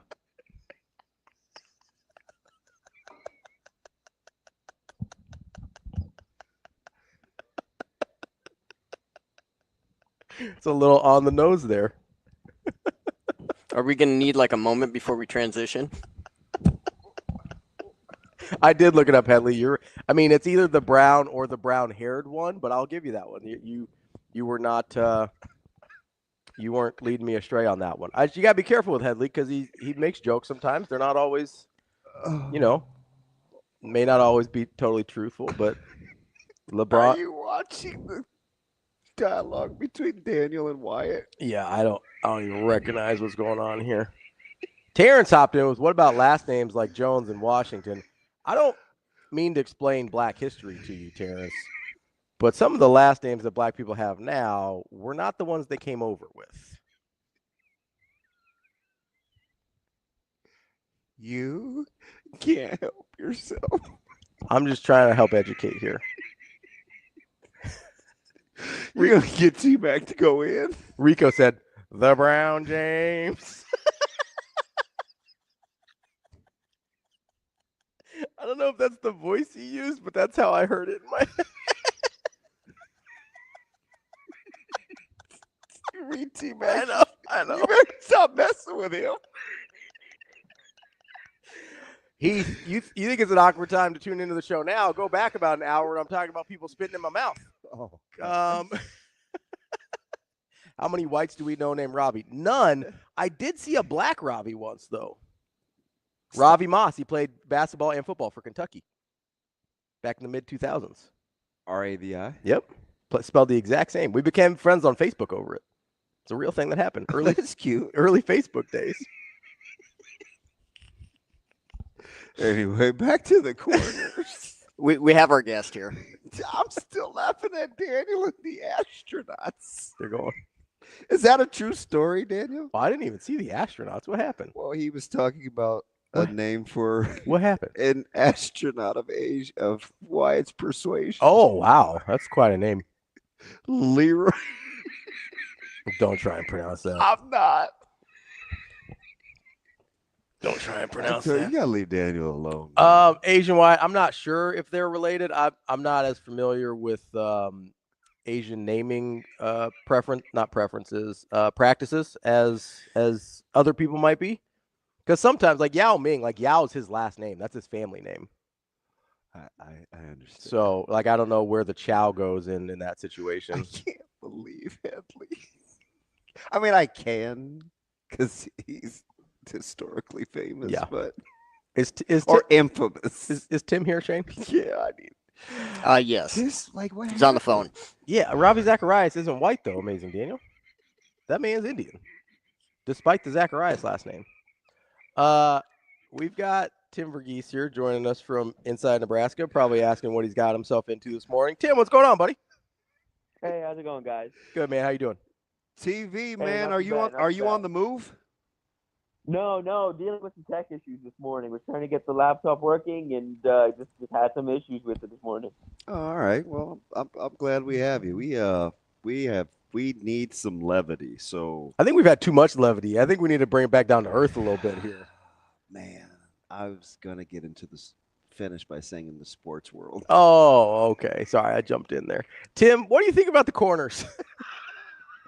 Well, the question I was asking, did you pay attention to the order or how or anything? Are we in terms of how easily Coach Rhule just rattled off 6 corners? No, because I mean, like, I know since like the spring, there's been like this idea of like, hey, there's 6 guys they feel good about specifically at that position. So, not really surprised, but yeah, I mean, I think I don't know. We had the discussion on the board recently of just, I do think things not come to a head necessarily, but I am interested to see at what point Nebraska or, the coaching staff sits down and says, okay, if it comes down to it, we need to keep one guy out in the field. Who are the guys we're keeping out in the field, Because I figure they're going to rotate a bunch. But, there's going to be moments where it's like, okay, offense is going hurry up, or you're in a critical situation and you just need to kind of lean on a guy to just stick out there for, 6, 7 plus plays in a row.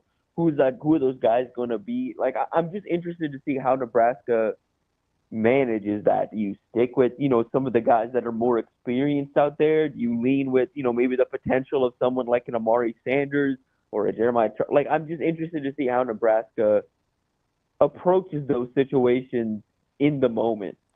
When you think of competitive positions and depth, what are 1 or 2 positions where you think the competition is reflective of the potential too, because sometimes a competitive position group just means there isn't a standout, or really a guy. What position groups do you look at and say, not only is this competitive, but I think it could be a position of strength too, i.e. implying good depth?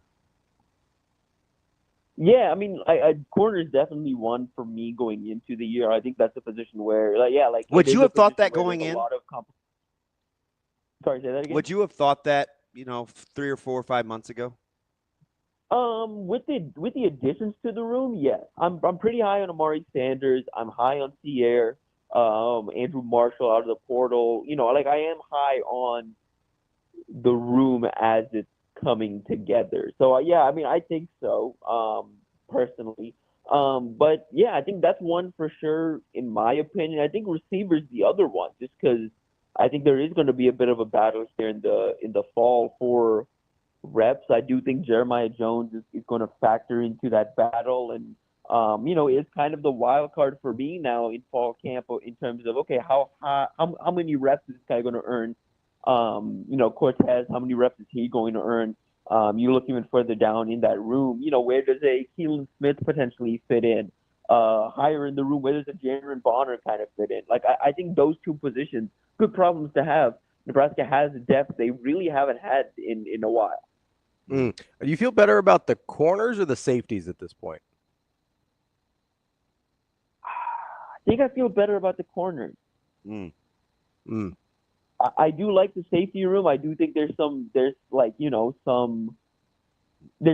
football players there, in that room, you know what I mean? And y'all know what I'm talking about. Just guys that I think are smart, that are tough, that, will play maybe above their ranking and play above maybe what they're, kind of considered, just because they're really good football players.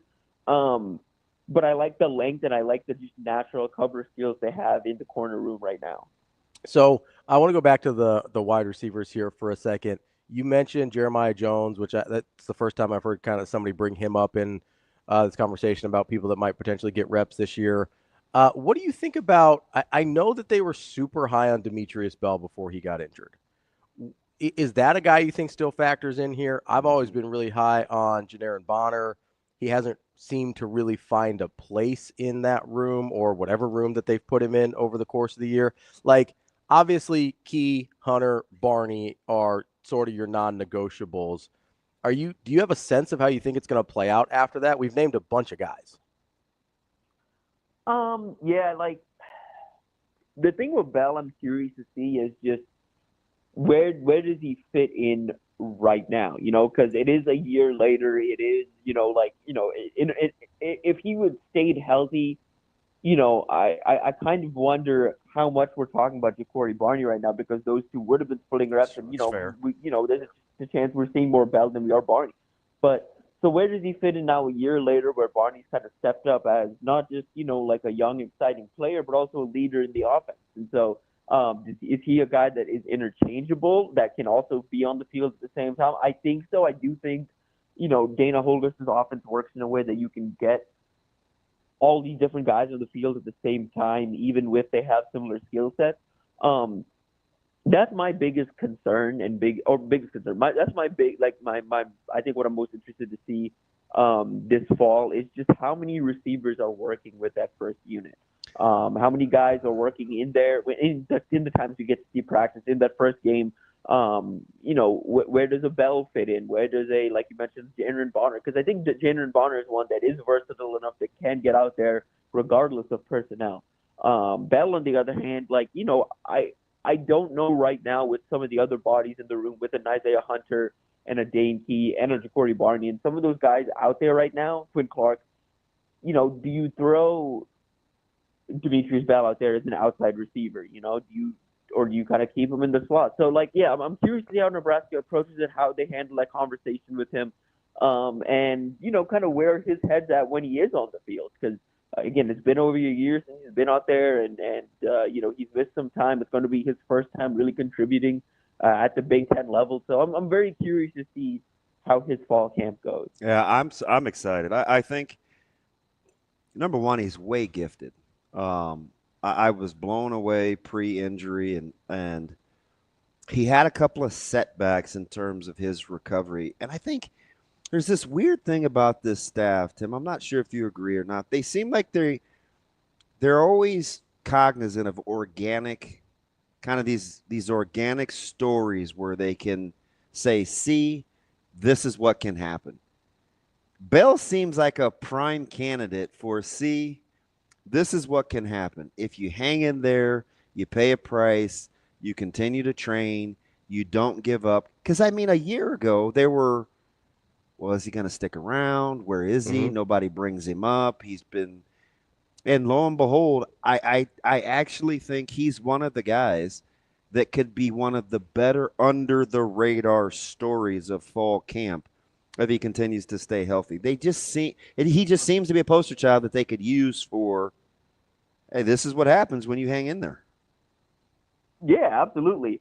I think Quentin Ives is another one that they could immediately, both of those guys, if they have the success both of those, the staff thinks they can, I think the staff immediately turns around and goes to the recruiting trail and says, hey, look, if you stick it out, and even other younger guys on the roster, it's like, hey, you stick it out, you keep developing. This could be year by year 2, year 3, and you just got to kind of be patient. We're talking with Tim Verghese from Inside Nebraska. Tim, as somebody who's been very high on the defensive line room all year, I was very pleased to hear Coach Rhule's sentiments basically validating the way I'd felt about that. His elbow gets a little tender, Tim. It's not from tennis or pickleball. It's from his back padding. Just make sure you're good. You gotta stretch it out. You gotta keep stretching it out. Were you surprised that he was as high as he seemed to be on the defensive line? Yeah, a little bit actually, because I think for me, what most interests me just in general from Big Ten media is I don't try to read into too much from it. It is largely coach speak. There isn't a whole lot you can say. But I do think the way Rhule's approached it each of these years is, pretty honest about the state of his team. Yeah, he's not a big coach speak guy. Yeah, and the thing with him too is like what he's very on. Like last year, he said, like year 1, he kind of admitted where the program was. Year 2, he said, we're going to be good. We're going to be solid. They made a bowl game. He's really confident in the team this year, and that's obvious. The confidence in the D line, I think, is very interesting. I think it says a lot about Terry Braden. And in my head, this offseason have been, I'm like, I'm kind of in wait and see mode with the defense, especially the interior. I really need to see what they look like on the field. Like, do they have the depth? Do they have, everything? And yeah, I mean, there's some known commodities in there, but, are they ready to kind of for the challenge of stepping up and kind of building where Ty and Nash left off? And then you look at the roster update and you kind of forget, oh man, like they've got a couple 300-pounders. Like they've got bigger bodies. And I was pleasantly surprised to see Malcolm Simpson up to 285 pounds. I kind of thought he'd come in around 260, 270, have an opportunity to get up there, but I didn't think he would get up to 285, 290 before the season itself. So I'm pleasantly surprised to see that. How Sua factors in. Like, they are big up front. Mm-hmm. Like, I do think they may not be as deep as they maybe want to be, but they are pretty big up front, and they have the bodies and the versatility. And even I think the difference this year compared to last year is they have so many different ways of getting after the quarterback. Then besides, okay, Nash and Ty plug up the front, we're going to send, some of our jacks and edge rushers at some one-on-one blocks. That's the way we're going to attack. This year they have options. They have some edge rushers that can penetrate the backfield. They have some guys in that defense attack room that can penetrate the backfield. You have Vincent Shavers and Javen Wright, and even Marquise Watson-Trent that can do that. Pierre Wright, who showed some success and flashes as a corner blitzer. You have, and Deshaun Singleton, who I think is going to be doing some of that a bit too, closer to the box. You have a couple more ways you can attack the front that I think you're going to be asking less of, the front, more of asking him to kind of stuff gaps and hold the line down and kind of maintain leverage than you are asking them, like you did kind of Nash and Ty last year, to go make plays. Slot, because you said cornerbacks for competitive and high-end yield.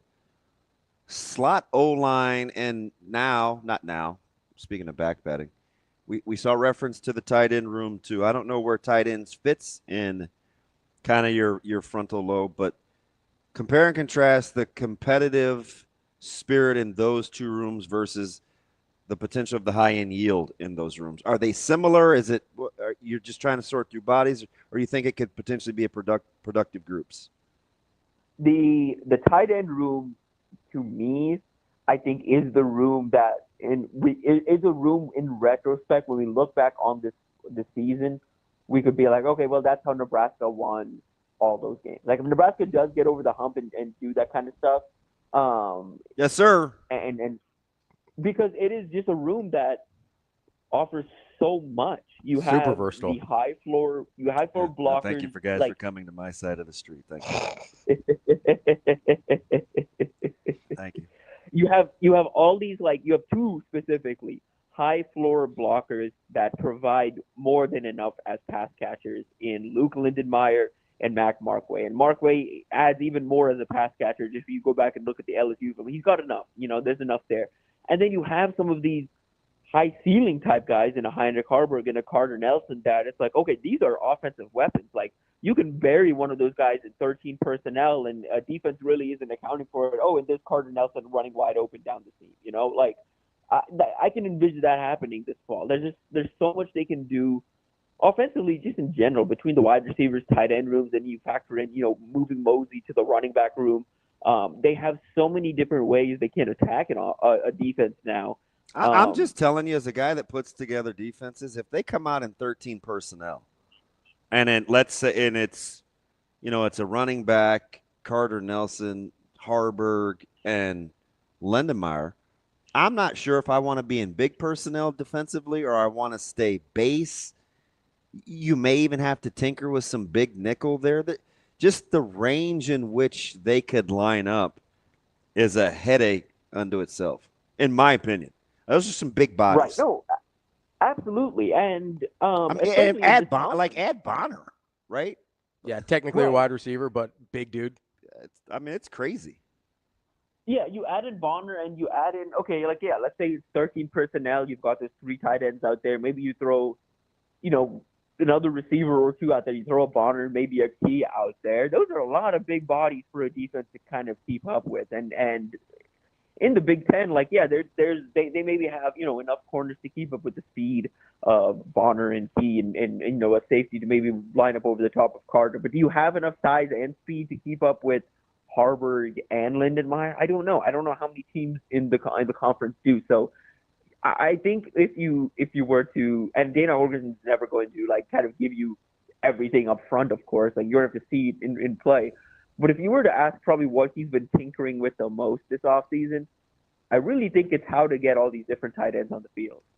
And he's a really good pet plays guy. Like, he has all these pet plays that are like companion plays. Mm-hmm. If you're using the same personnel groupings within that scheme, I'm just telling you guys, it'll give you gray hairs. Yeah, absolutely. Well, and then, let's just throw another wrinkle in there. Let's say you throw the former wide receiver, Mosey, in the running back in that situation. Yeah. Then what are you doing? Yeah. You keep, let's say, a Harburg type in at an H-back, and you motion Mosey out to get a matchup, because you can always dictate the matchups with motion. Then you're just playing games. Yeah. That's going to be really difficult to deal with. It's just, because I know you talk to guys upstairs, and I'm thinking, okay, hey, is 12 in the game? Is 7 in the game? Is 80 in the game? Because at the high school level, you can kind of get tendencies. But as you get older, the more versatile you get within the same subset, the harder it is to scheme. So if Lindenmeyer is a pass catcher and a good inline blocker, or if Harburg can run the ball and he can catch the ball and he can be a good inline blocker, you start just going down the line with Markway or whomever else. It's like, I don't know. I watched Bill O'Brien survive at Penn State with 3 really good tight ends because Nebraska couldn't get lined up right? So it's like it's a handful. And plus Tim, deep down with this offensive line, with Pritchett and Spindler and Justin Evans, and like these guys can move people. I just get the sense they want to run the football when they want to run the football. Yeah, that's I think for the Nebraska fan that's been paying attention since last fall through this year, I don't think they're going to get caught off guard by this. For the national fan that's aware of Dana Holgorsen and the offense Dana Holgorsen runs and is now like, oh, Dana Holgorsen's in Nebraska, that's interesting. I guess I'll have to tune in. I think they're going to be surprised at how much Nebraska's offense is going to be running the football, how much they're going to be in heavy personnel, how many tight ends are going to be on the field, how multiple they're going to look. And at the end of the day, it's going to be, Dana Holgorsen offense essentials. You're going to have your mesh. You're going to have your drive concepts. You're going to have, like everything that a Dana Holgorsen offense has. You're going to be pushing the ball downfield. You're going to be playing with some tempo and pace in moments. But I think what's going to surprise, the national audience is how much Nebraska leans on Emmett Johnson, leans on the strength of the interior. Because, like you mentioned, I think when I think about the offensive line going into the year, all of my concerns are how are they going to hold up in a long developing concept? How are they going to hold up when Dylan has to sit there and pass the ball and progress through 3-4 different reads? I have no concerns about them as a run blocking unit. Even the questions about Elijah Pritchett, they're all about him and mainly as a pass blocker. I don't really have too many questions about him as a run blocker. I went down the Vanderbilt Bama hole yesterday on television. Mm-hmm. And there are definitely some things that you can coach out of him.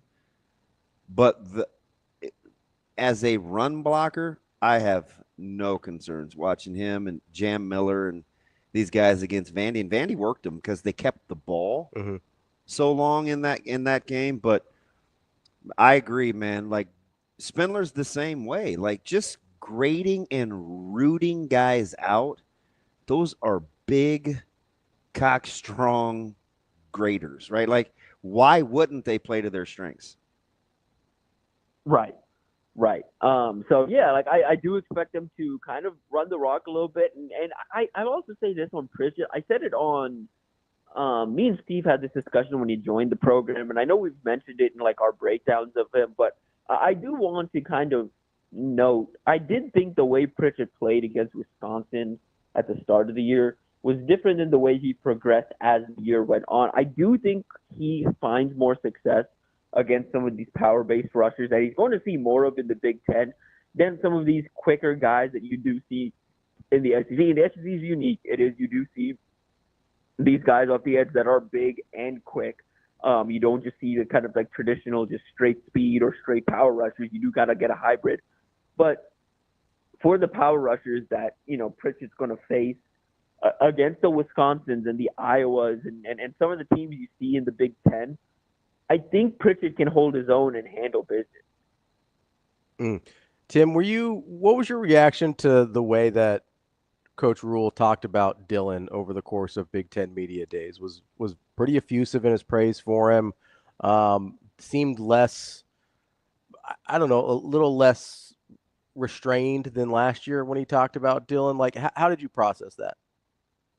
I think it's just he's had a full year now, and so like compared to last offseason where it's like, okay, we want to make sure we're still kind of not tempering expectations, but just like he's still a freshman. He was a freshman last year, but the way the Rhule talks about Dylan and the way Dylan talks about himself, I think is just emblematic of what's happened behind the scenes over this last year.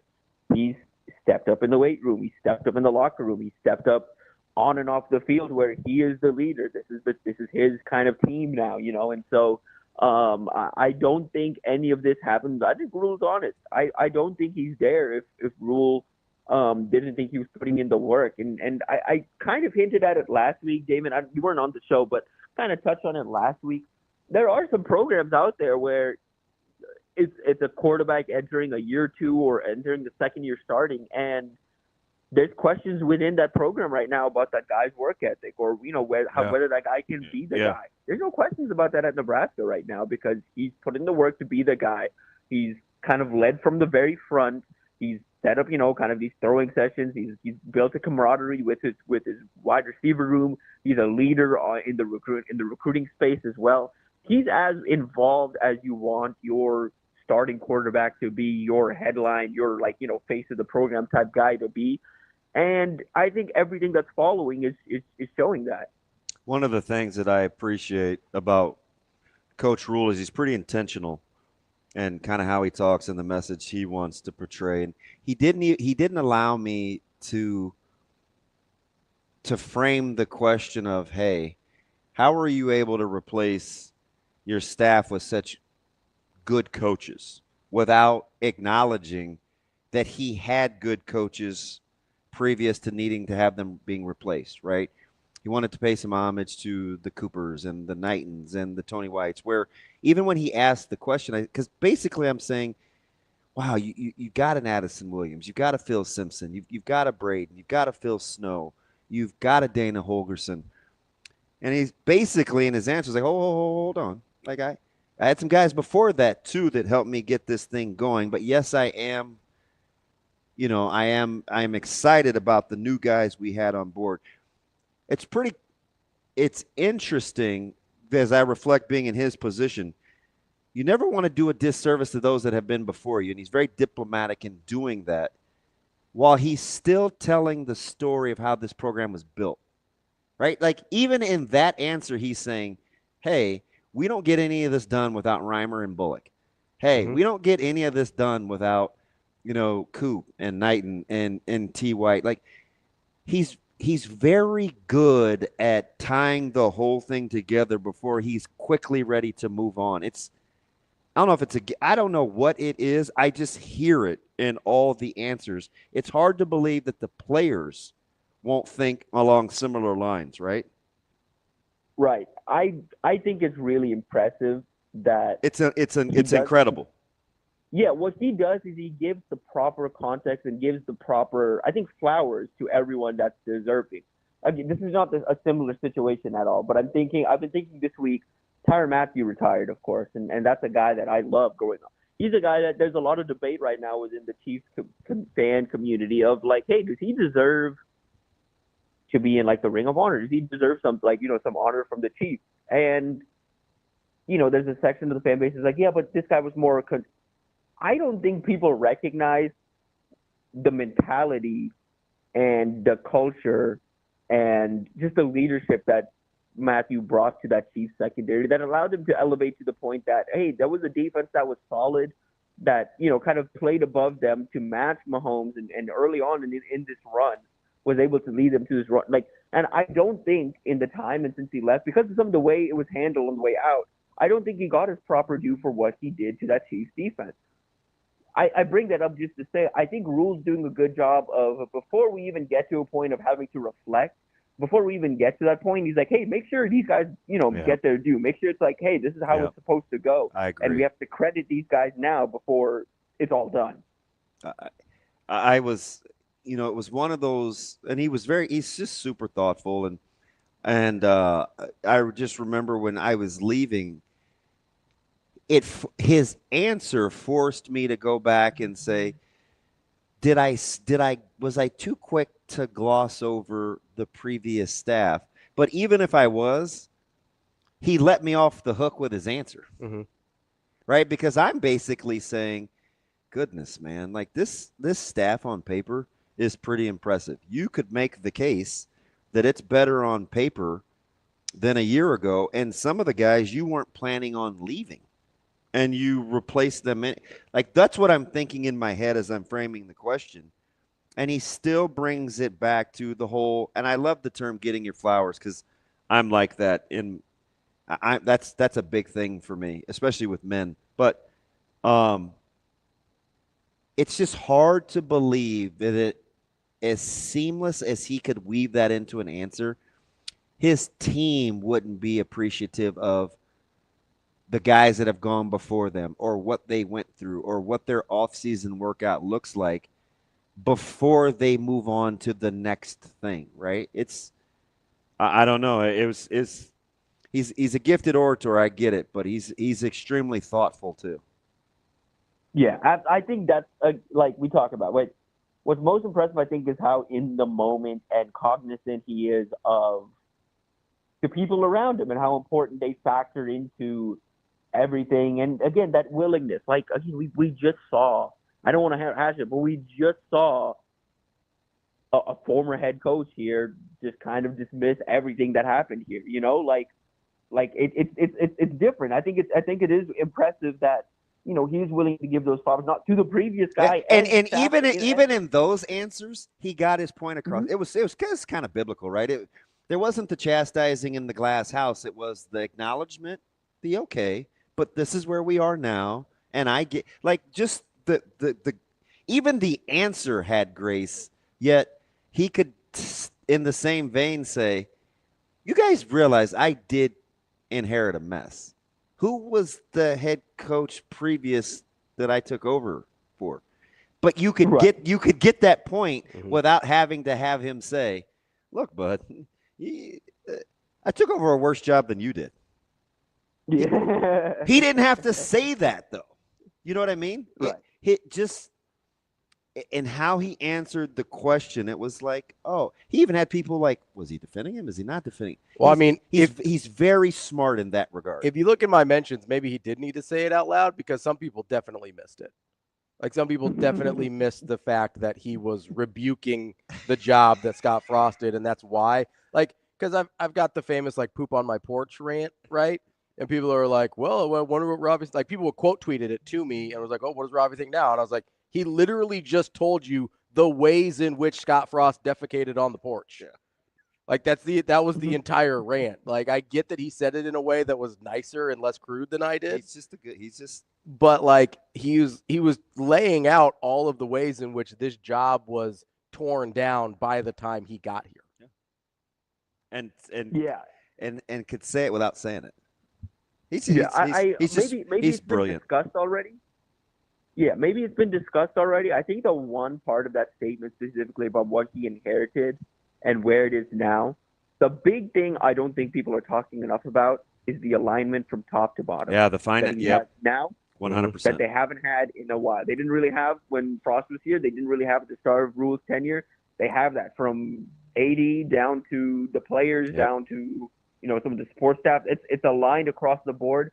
And I don't think people take into account how important that is for a program to take the step forward and take another step forward. How about how he just casually talks about the position financially that they'll be in, not this year or next year. He said 3, 4, 5 years down the road about Nebraska being uniquely positioned. Like he's talking to, about, and with the brain trust.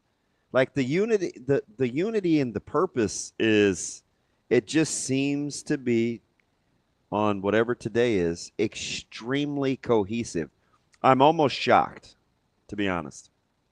Yeah, that surprised me. That statement surprised me. But again, makes sense, and again, kind of goes to show they're never thinking about just the individual year, the individual moment. They are thinking for the future and building this program up. And I think any questions of like how dialed in or how invested is this staff in Nebraska's success was pretty much answered by Big Ten Media Day. Yeah. Tim, I was thinking about this earlier, and I was trying to figure out. You mentioned the alignment, and I was trying to figure out. Okay, like Frost didn't really have it. Riley didn't have it. Bo didn't have it. I was trying to think of the last time there was alignment from president, AD, and head coach. Yeah, I've talked about this since December. Probably like early 90s? Mid 90s? Early, yeah. The example I gave, Tim, and this was a while ago, I think early on, Bill Byrne and Coach Osborne and that athletic department was uniquely aligned, and up until the kind of the big picture President Trophy Cup kind of philosophy that Bill Byrne had. But that I think you have to go back at least 20 some odd years. I mean, it's pre-move to the Big 12, right? Like, because that was I agree. That was the fracture, the big one. I agree with that. So like your point is well taken. I do think the only thing I would say about that as a caveat is like obviously there had been a decent amount of winning that happened without that alignment that I don't want to let Frost off the hook. That was my only point. Like a lot, like your job. No, like I'm not gonna do that. Like Ike Horst and Bo Pelini hated each other, and he still won 9 games a year. Yeah. So, like, I'm not going to let him off the hook for that. Like, yeah, but we missed the whole point, TV, when I remember we were stuck down in the basement in Chicago doing shows on Big Ten Media Days, and Moose says we just got to get to 6, and people thought he was nuts. Yeah. I mean, talk about not being aligned. Like, he told us. I mean, I don't know what you guys. He's like, look, I don't know what you guys are talking about. We just got to get to 6. We get to a bowl game. Do you know how long ago that was? Yeah. 2019? Yeah, we poo-pooed that thing. Yeah, pretty aggressively. And he was spot on. I mean, that comment stole the offseason. It did. And he was as right as the day is long. Yeah, I mean, it's been a while for the alignment. Tim, were there anybody else at Big Ten Media Days outside of Nebraska that you were impressed with, concerned with, that just struck you in any kind of way? Just the continued, the continued confidence from Signetti. Maybe it's not this year, maybe it's next year. We'll see. I mean, depending on how they perform this year, but I was surprised there wasn't a bigger target on Indiana's back. While he maintains his confidence, maybe that happens next year. Maybe that happens on the field. I don't know. But really, outside of that, nothing really. I know today's like UCLA day, so I'm very interested to see kind of how. Was that yesterday? Were they up yesterday? Yeah, you know who's interesting? We're kind of, and it's fresh. What do you have any thoughts on Sherrone Moore in Michigan? Just in general? Yeah, like he came across as a guy that didn't have an offseason of tumult, right? It's just like, I don't know if it wasn't a big deal or the fact that Petitti's like, hey, leave my guys alone, or I got to pick my games that I was going to be suspended.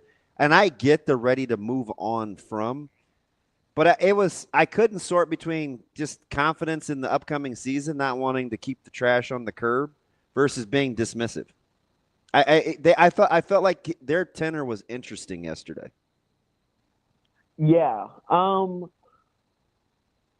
Yeah, like I thought that I don't know. I don't know how you can specifically commission. I don't know how you can like dismiss what they did and act like it. Like, on one hand, I think if you zoom out and you look at the whole thing, it's like, okay, yeah, they probably went above and beyond, but it was a previous staff, and it, again, at least on paper, he was not there for the national championship run. He was not there for these, like, he wasn't there for certain things.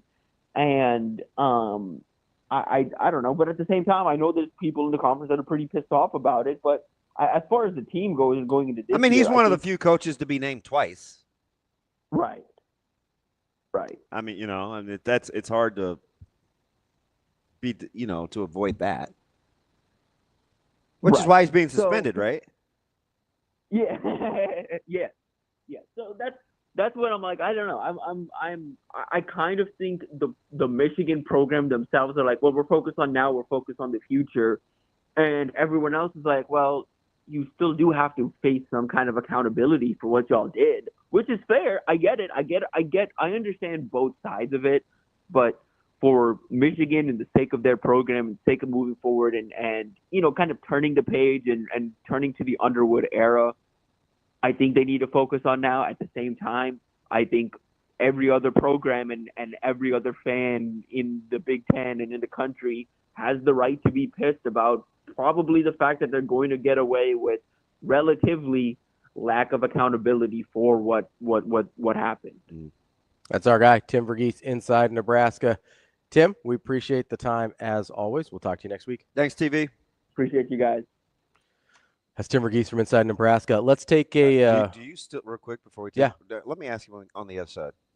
If you still agree about the variance and who has the most in teams 4 through 10.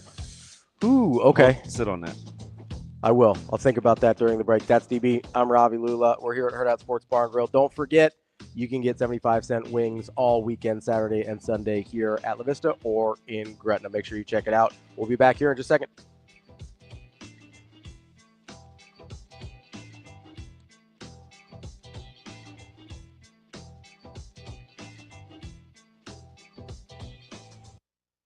Coach, what is it like getting to see your guys here in Summer League? Well, it's special. I mean, you know, it's not just our 5 guys that got drafted this year, but to see a lot of former players making their mark, finding their way in, or continuing to stay in.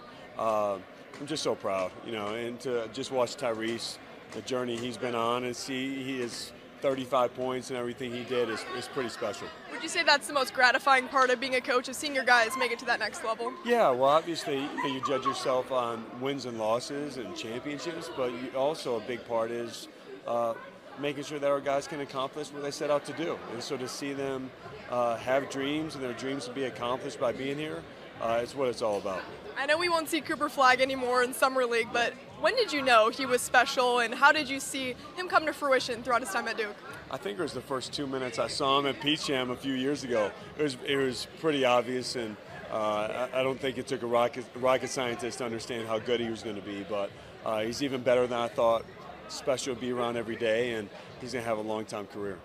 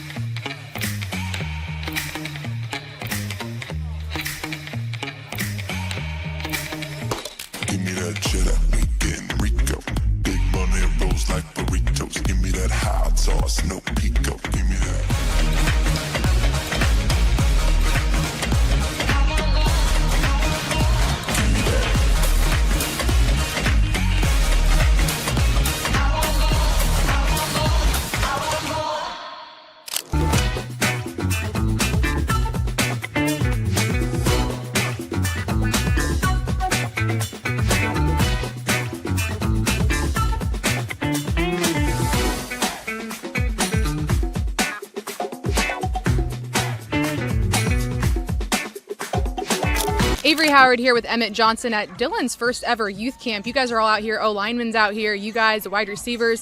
Why was it important for the offense to come support him today? Man, it was really important, man. If we had a camp, you know, Dillon would be there for us. So it just shows the brotherhood that we have in the room. It just shows how close we are as a team. So it means a lot for us to come out here and support him. Dillon's doing a great job of giving back to the community. So it's been really fun. And for you guys to interact with these kids and watch their faces light up when they get to interact with you, what does that mean for you guys? Means a lot, man. We was all kids just like them coming out here.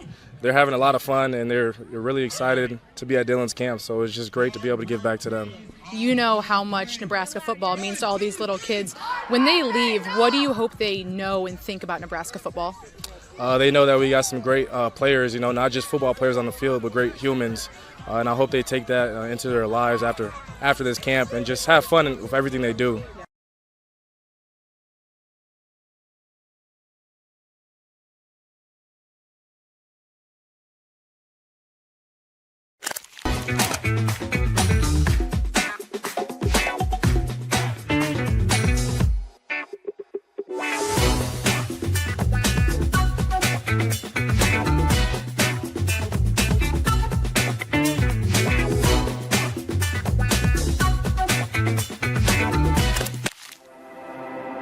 A successful financial future is built one coin at a time.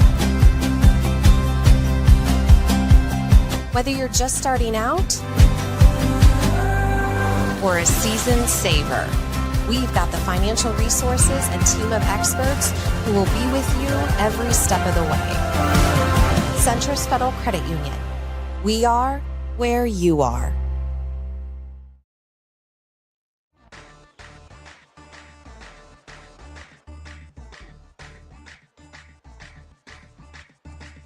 You're listening to Hurrdat Sports Live.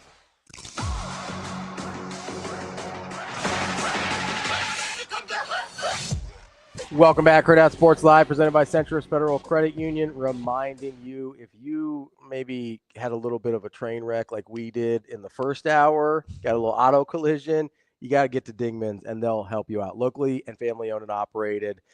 They're their roots run deep in Omaha. They live here, raise their families here, and are proud to be a part of this community. Get to dingmans.com to find out more. Voted first place Best of Omaha for 20 straight years for auto body repairs. No place better to go. Dingmans.com. Is anybody happier than me about Dingmans? I don't think so. You love Dingmans. Is anybody happier than me? Absolutely not. Those are your people. Welcome back. Welcome home. Welcome back. Welcome home. Welcome back. Welcome back. Welcome back. Go Dingmans. I ran into Darcy not that long ago. Yeah. Our kiddos go to the same school. Yeah. Oh, you probably run into her all the time then. Not near as much as you'd think. Yeah. But I have seen her a handful of times. She lives in the neighborhood next to mine. Yeah. So we kind of like, we cross paths every once in a while. You're like, hey, Darcy, what's up? I know you. How we doing? Shane, were you tickled? Yeah. I was like, hey, what's up? Hello. Wow. Shane Fetty Wop Schillerberg. That was awesome. He said, yeah. I was like, hey, what's up? Hello. It's more like, I was like, hey, what's up? Hello. I mean, he did his best. That was wild. That was pretty white.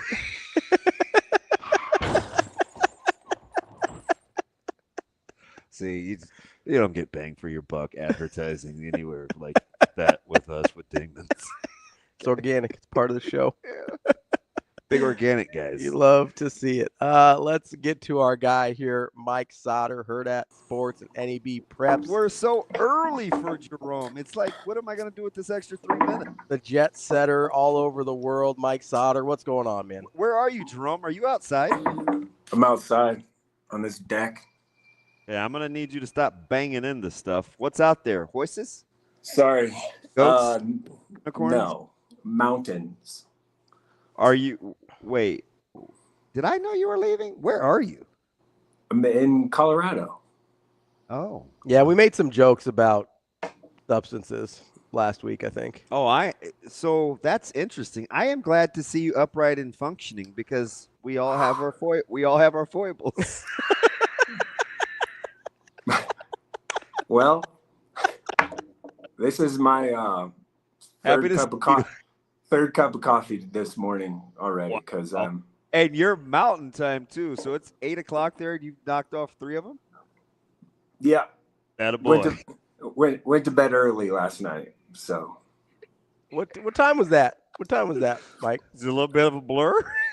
Was it intentional? Did you have a blanket? It was fairly intentional. I was staring at something on the TV, and then I just was like, okay, I gotta go to bed. Yeah, next thing you know, I'm out. Yeah. Glad old Colorado is treating you well. Yeah, it's great. We've been here. So we were gonna come back on Thursday, and then it was Wednesday, and I looked at my wife and I was like, fuck it. Let's just stay a couple more days. So we did. I used to be an Estes Park guy. What part are you in? We're Breck. We like Breckenridge, so that's where we're at. Big Breck guy. Big Breck guy. I bought a hat. What's it say? Dispensaries? What's it say? No, it says this. See, I'm not a hat guy very much, but I bought this hat because the sun, believe it or not, it hits you pretty hard. So. Well, you got no protection up there either, man. You got to be careful. Yeah. I don't really like what's the hat say, Jerome? It just says Breckenridge on it. It's just a basic tourist hat that I bought for $35. Did you go get groceries for the old setup, or what did you do? We did. Actually, this morning we made breakfast just in the condo thing. So we went and got groceries a couple times now. So, I mean, food's expensive. They used to have Safeway at the foot Estes Park. Do you also have a Safeway at Breckenridge? There is a Safeway in Frisco, which is about 15 minutes away. So we went there. Big staple. Went to Safeway the other day, and then we went to Whole Paycheck yesterday. Where it's going to cost you your whole paycheck? Yeah, we went there yesterday, and I was like, ouch. Like, why do people do this? Is that because you're in Breckenridge, Jerome? That's the good reason why. Is that like a check cashing place? You need us to Venmo you some money? What's going on? Nah, it's it's called the whole paycheck for a reason, because you buy groceries there and you spend your whole paycheck when you buy groceries there. That'd be correct. Yeah. So Jerome, how did I get? I'm getting you on the tail end of moving on past wrestling. When you surmise the year this summer based on last summer and your wrestling excursion, have you noticed the athletic evolution of the sport? Because you once participated in it. It's now 2025. Any sport that's come further in its dynamics than wrestling? Well, I would say probably football's up there because I think kids have just gotten bigger and stronger, more athletic. I could see you making the case. Girls, women, skill girls level, basketball. Yeah, I don't know. The skill level in girls basketball has come a long way. We're on a little bit of a downslope though in basketball with as far as the high level talent is concerned, right? Are you talking about in the state or in general? In the state, yeah. I'm talking about in general. Oh, okay. I think generally speaking, women's basketball has come a long way. I mean, Cade Raiola is. Hey, hang on. Don't do that one. Let's go back to basketball. Okay. Nebraska had Prince, right? Mm-hmm. Let's just only go back 5 or 6 years. Huge difference between Jess Shepard and Britt Prince. Yeah, I mean, in terms of their skill. Yeah, you think there is or there isn't? Jess was pretty skilled. She just wasn't a guard, right? So I don't know if I would say. I mean, I'm not going by like the one-offs. I think the outstanding people over the last, but I'm talking about the overall sport in general. I think the skill level has raised pretty significantly. That's my opinion. I could be wrong. That's fair. No, I gotta give it some thought. I would entertain volleyball before basketball. Volleyball's been good. I'll say so. Yeah, volleyball's been really good for a long time. It's incredible right now. Yeah. Even like the average high school players are still going Division I in volleyball, like from Nebraska. Like if you say, if you're ranking and like the 10th, 12th best, whatever, is still probably going Division I somewhere. I watch wrestling be officiated now, and I'm like, just 5-6 years ago they would have blown that call. They had to make some rule changes to allow for how the sport has evolved. Well, you can score in a hurry now. Yeah, takedown in 3 is 3 in folk style, just like it is freestyle. Like it's evolved. The scoring has helped, and it's really evolved. The sport in general. One, matches can get done quicker. Like, if I was wrestling Ryan Terry in high school, like I did, Tyson's dad, our match would have been probably a lot faster instead of us two just trying to hang on to each other and just mess around. Like, you have to shoot, you have to attempt to score. I mean, back in the day, it was just like, let's just tie up here because we're both tired for a minute and then just see what happens. Like, you kind of just rest a little bit. So it's a lot faster. How are the officials treated? Because I think they've had to adjust. Coach Manning and I talk about this quite a bit. Like, they've had to adjust. You just see things now quicker from different angles that you weren't seeing just 10 years ago. I think officials are treated fairly well. I think it's I mean, yeah, you're gonna have heated moments. Yeah, you're gonna have heated moments where like coaches get upset and don't like decisions that are made. But that's why most of the time, I guess it's state and bigger events and stuff. You have 2 officials, and you can go to the table and you can and I guess in freestyle you can challenge, which takes 5 minutes. You think challenges in like on television at the collegiate level, it's done fairly well in my opinion. Right, but when I was in Fargo, some of those challenges were like 5 minutes, and I'm like, it can't take this long. How are the monitor setups? It's just a computer, so they can rewind quick and do it. But it's overall, I think the wrestling community is pretty welcoming, knowledgeable, and really like officiating. No one ever is gonna be like, the official blew that match for me. Like, it really doesn't happen that often. So you've been kind of on your little wrestling tour now. How much have you been able to pay attention to all of the Nebraska connections out in Vegas Summer League? I watched a lot of it. I mean, I like watching basketball, obviously. So I watched. Let's see. I watched Hunter play probably 3-4 games. Watched a little bit of the Raptors. Watched Chucky a little bit. I saw some Baylor stuff, like highlight stuff, which is what he does, like that one wild pass he had. Mm-hmm. Yeah, I watched some. I wouldn't say I was like all in it every day, but I watched some of it. Who are you most impressed by? Ooh, like who do you think had the best summer? Like, and I get Hunter's in a different spot than Baylor. Like Baylor's just trying to get some reps, probably going to have an opportunity this year with the injuries in Boston, whereas Hunter's trying to make a team. Like, so I get that there's different scales we're looking at here. Yeah, I mean, I think Baylor's taken a step, right? Like, I think he's kind of evolved a little bit. He's taken a step. I think he's ready. He's going to play. Obviously, like you said, with the injuries, I think was probably a little more ready, it looked like, especially on the defensive end. So I think defensively it's a big adjustment, right? You're just on an island, basically. So you're not switching. There was times, I saw guys that just late to a closeout and stuff like that.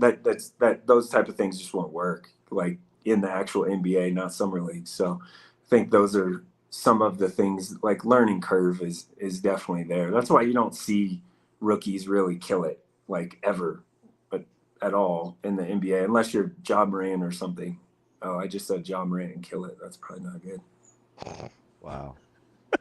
That's right on thing for the first hour, though. I mean, we had that thing.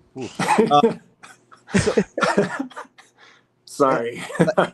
Speaking of sport in the evolution, and I know you mentioned down cycle, and I could see it at the high school level the next year or two, potentially at least locally. But when you're watching summer league and things like that, pretty hard not to make the argument that the athleticism is at an all-time high in the sport. Yeah, I mean, I think that's fair.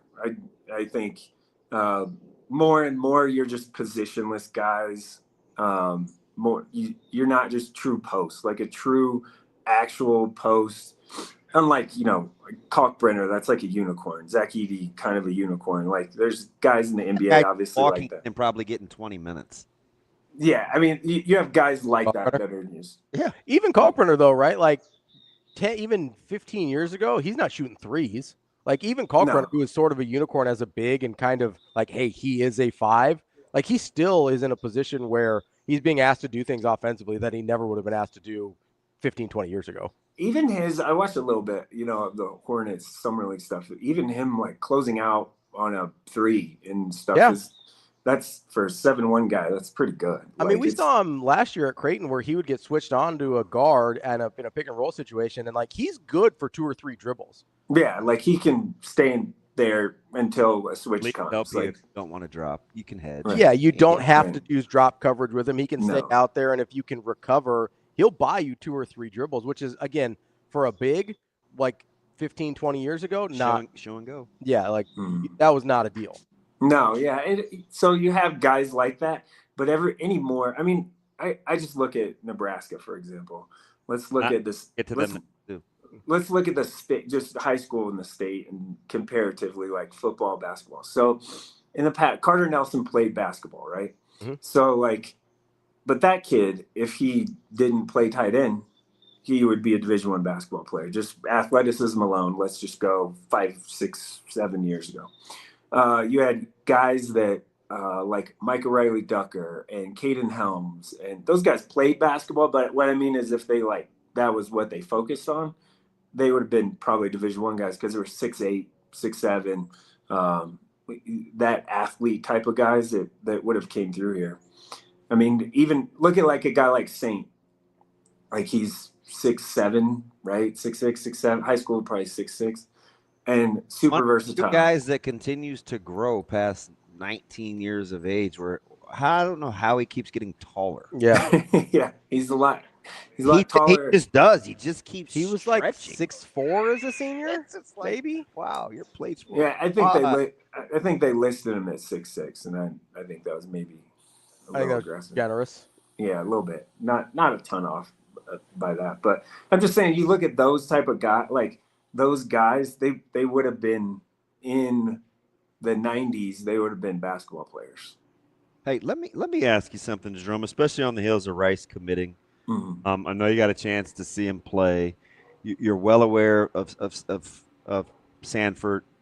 You're well aware of guys like Frager. When you watch Nebraska on the recruiting show, Ravi and I have gone back and forth about this. Oh, maybe about a year now. Can you see the way that Nebraska wants to play or what they're after on the recruiting trail, especially like with the recent addition of a guy like Rice? Yeah, Rice is super versatile. So I watched all 6 games that he played at the Creighton team camp, Waukee Northwest.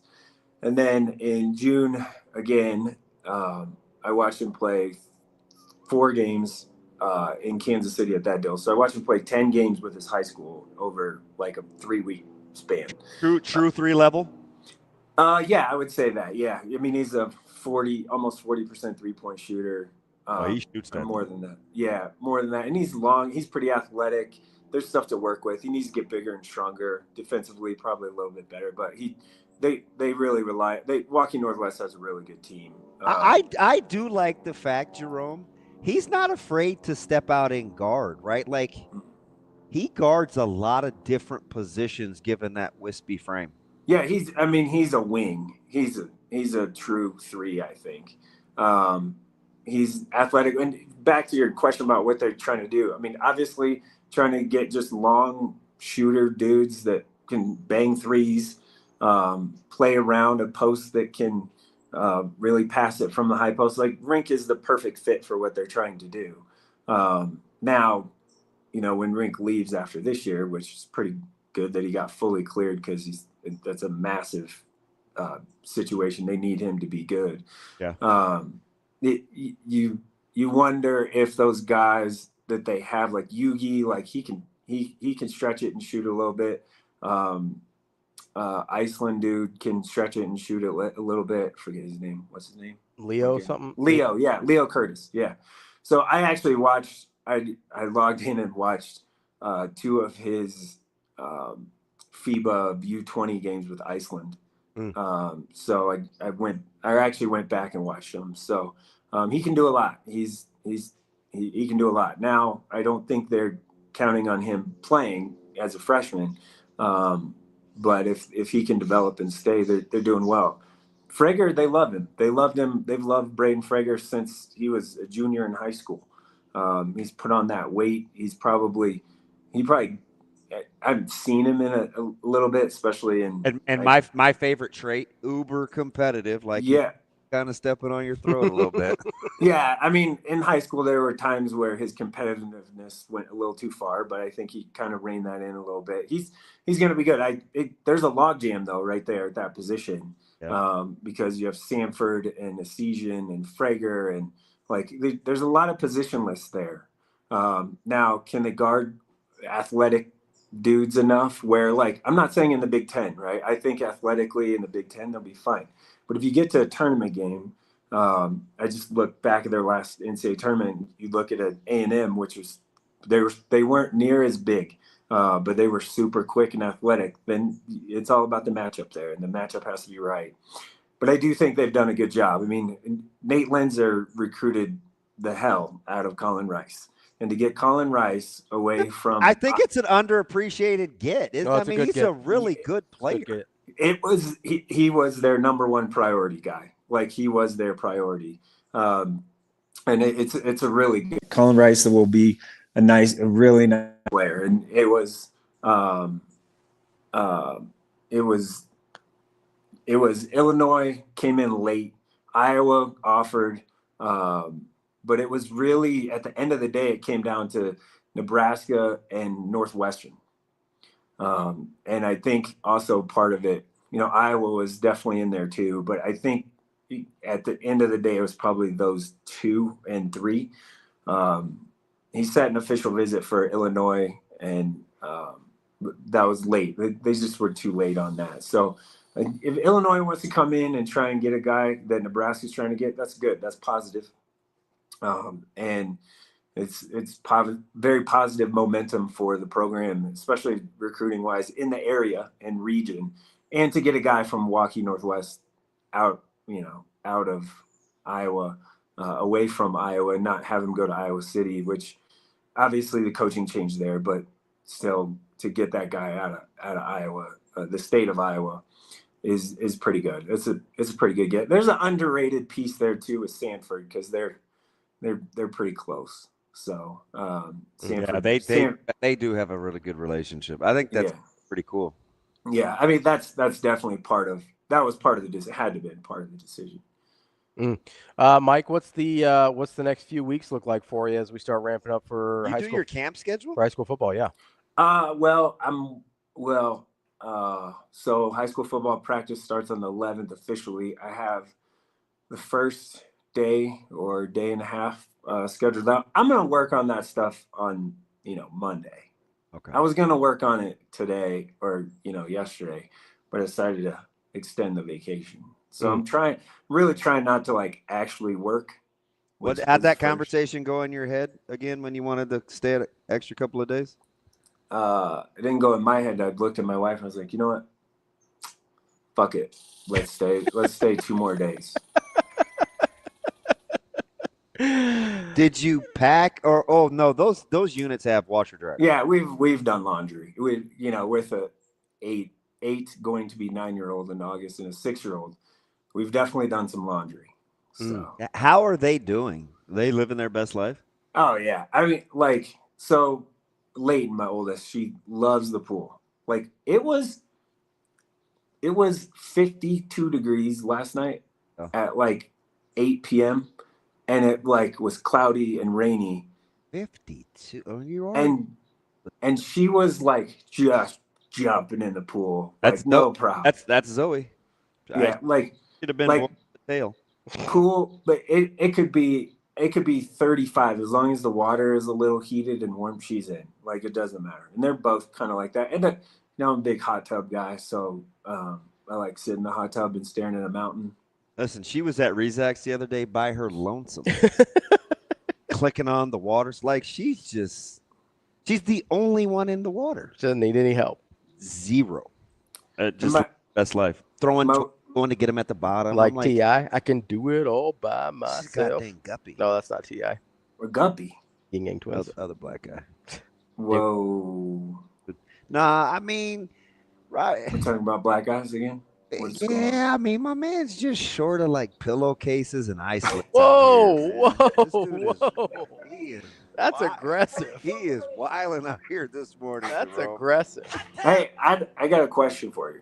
Why is it? It did like Eddie Murphy on SNL because he was black. No, I just don't like his.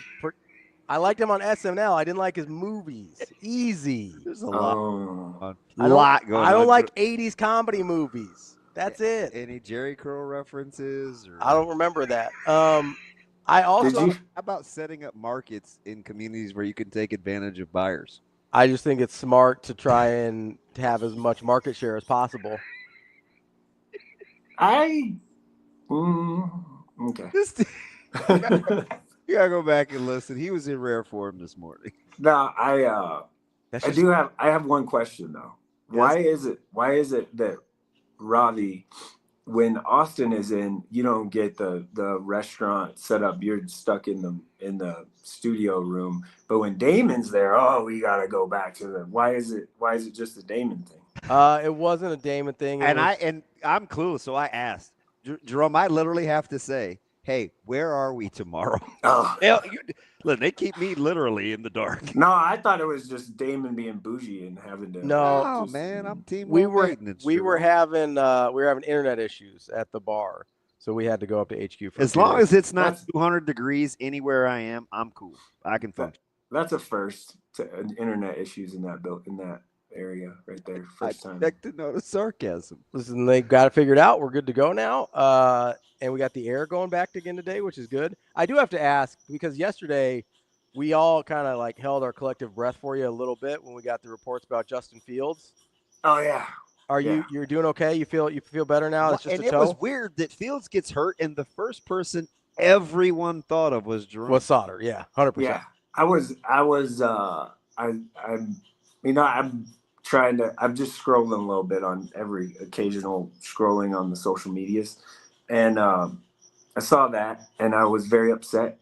I wasn't very happy, and I was like, "Yep, we can't have nice things. We're cursed." Like it's just one of those. I didn't love like, the early reporting either. So I'll say, I thought it was really pissed. But then I saw a video this morning of him jogging out like to practice and stuff. I'm like, oh, he's fine. It was a toe.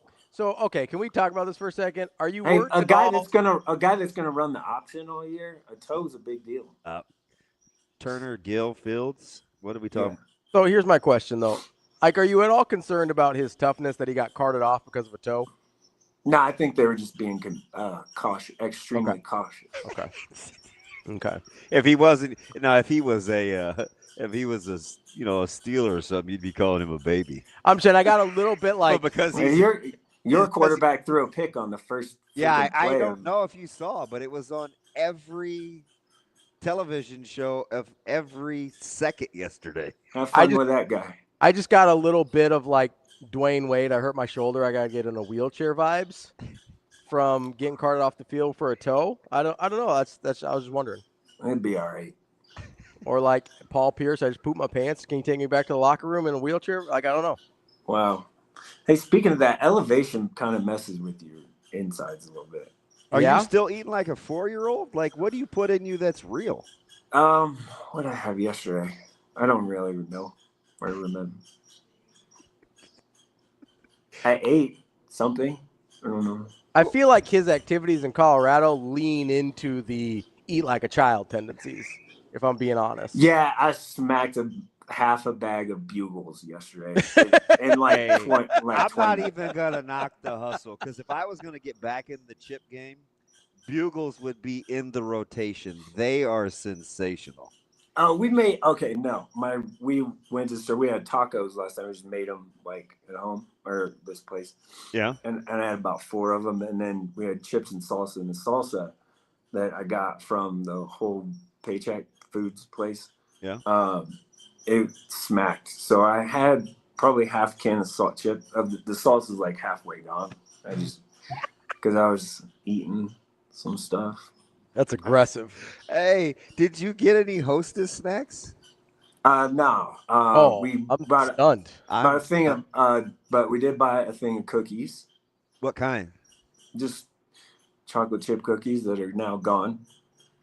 Like Chips Ahoy, soft batch. What are we talking about? Yeah. Like, but the like. Or what are we doing? Chewy or hard or what are we doing? Chewy, the soft ones. You are a child. You gotta go chewy. What are you doing? Hey, this will let me know if you've grown up at all. When you went to the grocery store, did you buy stuff to make sandwiches? We did not make sandwiches. We're gonna. I'm gonna attempt to grill hot dogs at like one of the community grill things, which is kind of gross. So we might just be boiling them in like on the stove. No. You get the heat will. Don't be a boiled hot dog guy. That you talking about indicative of your. I mean, I'm gonna check out the grill. Hot dog guy. I'm gonna check out the grill and see if it's clean enough, and then if not. I thought you go get some turkey or some bologna or something. No, we once again the grocery store that we went to. It was like we did walk by there. It was like, we could get a little bread and make sandwiches, but it was like. You didn't like paying $17 a pound for lunch meat? Yeah, it was like $13.99 a pound, and I'm like, we're not gonna do that. So it's tough. I'm gonna say if you're in a pinch, you can microwave a hot dog. Yeah, my kids could microwave a hot dog. If you're in a pinch, I said. You guys. Maybe later today after. All you're missing is bread, no bun. After maybe if there's like a hot dog that's sitting there later we hadn't used for lunch or something, and I'm feeling a little hungry at 7 or 8 9 o'clock tonight after a day full of activities. Then my man's gonna microwave a hot dog. That's what he's done. He's gonna microwave a hot dog. And I might. He's gonna look at that thing and be like, I'm gonna microwave that hot dog. So Ravi and I, we didn't get to this, and we're probably not now. I told him to name 5 things that were better about sports when you were a kid, and 5 foods that were better when you were a kid. Is anybody not going to say cereal? Well, I had a specific cereal. Was cereal not better when we were kids? Well, the Save brand cornflakes that I ate was good because it's all we had. So I eat Lucky Charms. I'm telling you, like they're not even the same. No, listen, I eat boxes of Lucky Charms. I have at my house in Omaha. I have, because they're on sale. I went and got the 2 giant size ones because they were 2 for $5. Plus, I had a $1 off coupon before I left, and I already had 2 boxes. I just saved them because Lucky Charms is my favorite cereal because I eat like a 12-year-old, and I didn't really have that much when I was a kid. So I do agree. Did you rock with cereal as a powdered milk guy, or did you kind of try to not have cereal?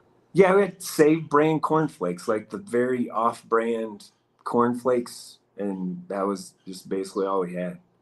So I think chips were better when we were kids too. I was rocking. Well, you got a lot more chips. Yeah, that's true. I still miss like boy season. Mine was Fruit Loops. Pringles were significantly better as a That's child. true. Accurate. I don't know what happened to Pringles. Okay. 2020, but why did they get the lightly salted Pringles are the best ones, and they like you can't find them. That's not true. That's not true. Are you a lightly salted Planters peanut guy too? Like, what are we doing? You and my mom. What are you doing? You know, I don't know. Sour cream and onion are the best Pringles. No, that's gross. Sour cream and onion, anything is disgusting. Sour cream and onion like Piezons and all those. Are by far the best Pringles. Pringles were better as a kid. They were. They were. I think they were thicker. Fruit Loops. I loved Fruit Loops as a kid. I had some recently. I was really disappointed. Yeah, like cereal's clearly They lost better. a lot of the flavor. How about soda, right? Soda was better as a kid. I don't know. Am I the only one that misses apple slice? I still crush a lot of soda. So I haven't had a soda in, since May 10th of 2024. That's fairly specific. That's my kid's birthday. And quietly, you know what else I think is better, you guys? I think frozen food was better as a kid. Ooh, I disagree. I think it's better now. Because like Benihana pot stickers, like I'm talking about like just I buy basic I'm not talking about PF Chang's. You have better Crab Rangoon. You have better options for frozen food now. I'm talking about like Totino's and Tombstone and so the Totino's pizzas used to be better. That's true. Are you trying to fish sticks as a kid weren't better than fish sticks now? I wasn't a fish sticks guy, man. They were better. Fish sticks were better as a kid. Also, Totino's was, at one point 99 cents, like when I was in college for one. Used to be able to get it on sale for 79 cents, and that correct. And you want to talk about like poor college kid? We used to microwave those party pizzas. Ooh.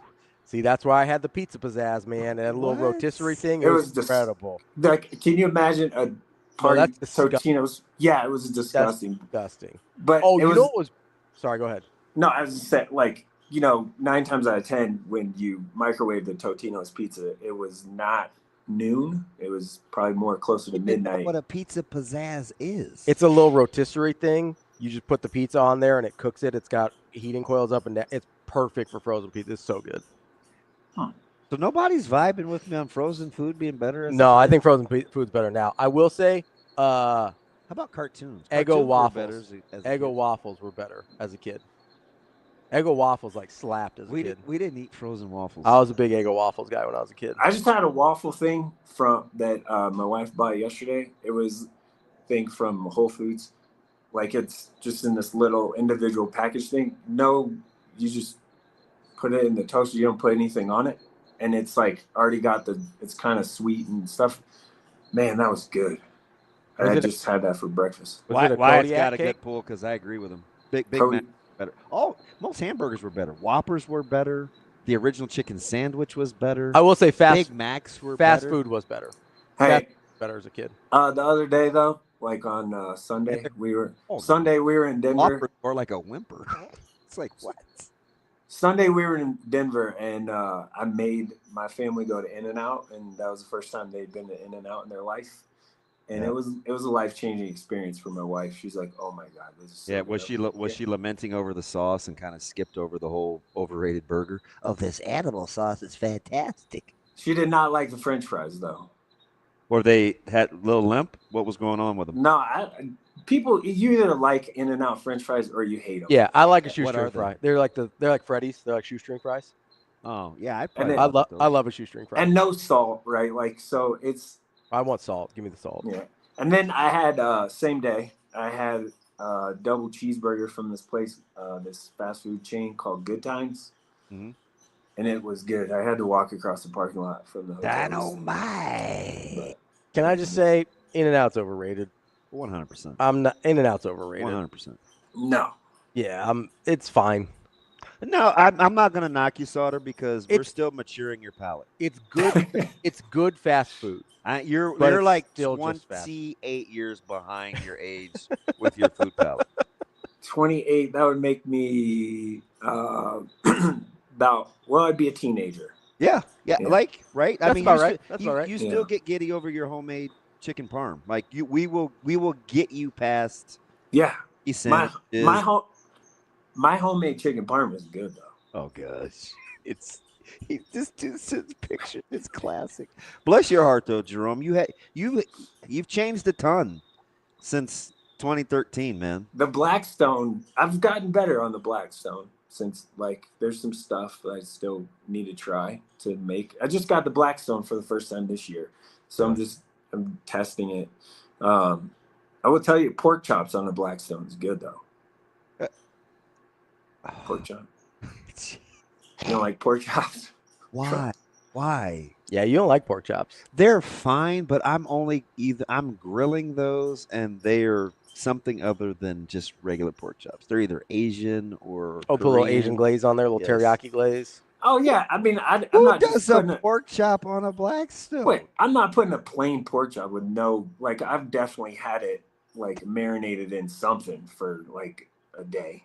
Like, I'm not just putting it straight. I like a pork chop. They're easy to dry out, but when they're good, they're pretty good. Dude, I'm just telling you, neither one of you guys like to cook enough to appreciate this, but your boy got a pork tenderloin to pull. I got the 204 where I shredded it with my hand. A pork tenderloin that I did carnitas out of. How about that? I don't really appreciate that, but I am proud of you because you seem like you're really proud of it. I am. I put a thin slate glove on, my rubber glove, and I prayed before I squeezed that it would work. Because that didn't sound right. But say that again. Repeat. Hey, Shane, you cut that. So everybody that I read something from said don't do tenderloin. Like, use a shoulder or a butt when you do carnitas. And I was like, no. Usually I'm pot committed. It's been marinating in this chipotle adobo sauce. I'm getting this thing to shred. And it was like, how about them apples? Exactly. Your boy was doing victory laps in the kitchen. Hey, we're supposed to go on this little nature hike walk thing here. When I'm done with this. I don't do hikes. No. Why? It's just right there. You ever seen Surviving the Game? No. Google I don't it. watch movies very often. I think it's old. Hiking is definitely a white person activity. Yeah, I'm not hiking. Dude, I just watched Untamed. People hiking right there. Yeah, watch Untamed on. I'm not hiking on Netflix right now. I'm out. No, we have cars. It's fine. Why would I it's not that far. It's like little kids can do it. We've done it like a couple years ago when we were like here. the passive aggressive shot too. Little kids could do it. It's not that I can't do it. It's that I don't do it. Hey, look, you're not gonna get lost. They have guides. I'd probably get lost. Not hiking. No, you don't even need a guide for this. It's literally, and it takes you like to when you get to the end of it, it's this big like lake thing that you just stare at, and like mountains. Again, something else I'm not partaking in. I was gonna say lake water. Like, no, you're not getting in the water. You're just nature and scenery doesn't really like do anything for me, so the hike is really pointless for my purposes. There's like a waterfall. Micah was very proud of himself. He swam it out at Two Rivers, and he was tickled. I was like, I'm not swimming in lakes. Hard pass. Not happening. I'm not hiking. Evan, hiking is just hard walking. Exactly. Yeah. Why would I do that? When I say a hike, I'm telling you, this is like the. Are you wearing tennis shoes? Yeah, my kids. It's a family little hike thing. It's like you're walking in nature. Knock it off. Yeah, it's not like you're not using hiking stick pole things that I see people walking around with. Like we're not doing that. I just think it's a misused term. You're walking in nature. That's what you're doing. I'm also not interested in that.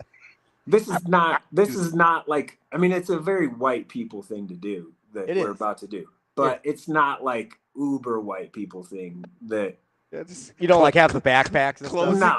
No, the way we started, a lot of racist tendencies. No, listen. I've done a lot of white people stuff this week, but Mike, not like that. Contrary to Jerome, you're pretty white. Well, what's one of your children's names, and what do you call her for short? Leighton or Lily? Which one? Lily. Yeah, Lillian is her name. Lillian Pearl would be the middle name. That's you literally named her Lily White. It's. I just wanted to say it. It's my wife's grandmother's name. That was her name. So. What, Lily or Pearl? No, that's Pearl. My greatest accomplishment. Pearl. I'm just saying. Pearl like my head right now. It's a little shiny. Oh, Jerome. You know what's funny is Lily White might not even be the whitest. Like Leighton is even a whiter name than that. Hey, listen, you'd like this though. Leighton spelled like Creighton, but with an L. Oh. No, I know that. That's one of the whitest names on the planet. No, that's like Liam or like Leighton is get the fuck out of here. Jerome, you're the best, man. I just wanted to know your children's names. There was Hey, you want me to send you pictures of my adventure later? Yeah. Of the nature walk? Hey, my favorite, and I keep them, is when you edit. Like when you're like not edit, when you you talk out loud. Captions? Yeah. You narrate? That's the word I'm looking for. Thank you. I got you narrate, those are always classic. Especially as the day goes on, they get better. Like when he was out on the kayak and those are some of those can be good because it's hot and adult stuff. Like, yeah, it's much later in the day. You can just see the progression. He said the same amount of words, and it took a full minute longer. I saved those just in case something happens to you. I know we're going to have to turn those over to the police at some point.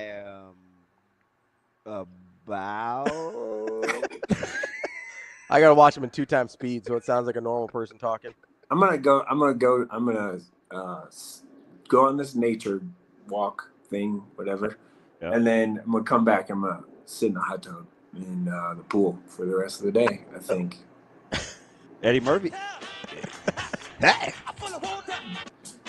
Keep that going. Shane.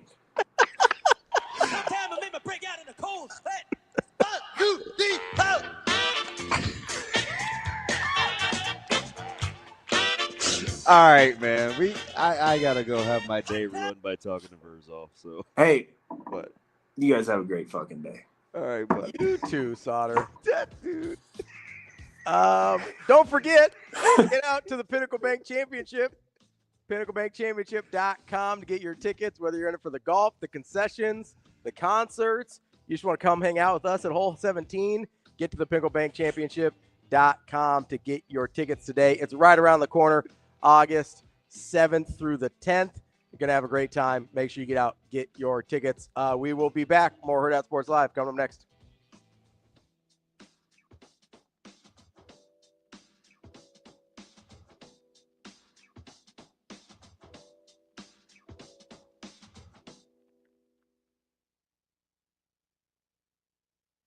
Joined now by Hunter Salas, another Omaha native at NBA Summer League. Hunter, how special has it been having 5 guys from Omaha, your hometown, represented here at the NBA Summer League? Yeah, it's definitely crazy. I know it's a dream come true for all of us. And just being able to, see some familiar faces, just at a big-time scene like this is great. So it's definitely huge. And getting to play again with St. Thomas, how do you even put that into words? Man, it's crazy. I just know, I've been playing with him since I've been in the first grade. So just being able to, share NBA court with him is definitely a surreal feeling for sure. But, it's something we've worked for our whole lives and something that we've, made a goal and tried to accomplish. So being here definitely is huge. Would you ever thought you two would be sharing an NBA court together, though? I knew we'd both be at this level, we'd get to this point, but I'd never think that we'd be on the same team. So, yeah, it's crazy.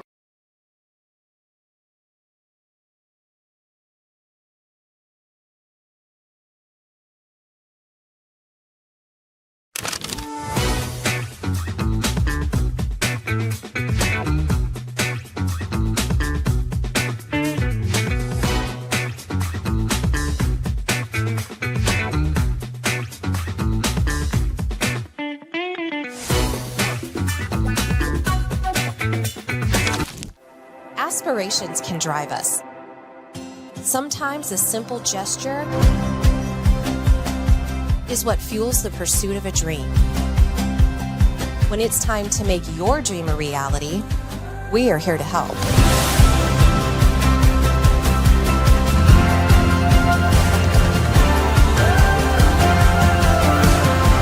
Centris Federal Credit Union. We are where you are.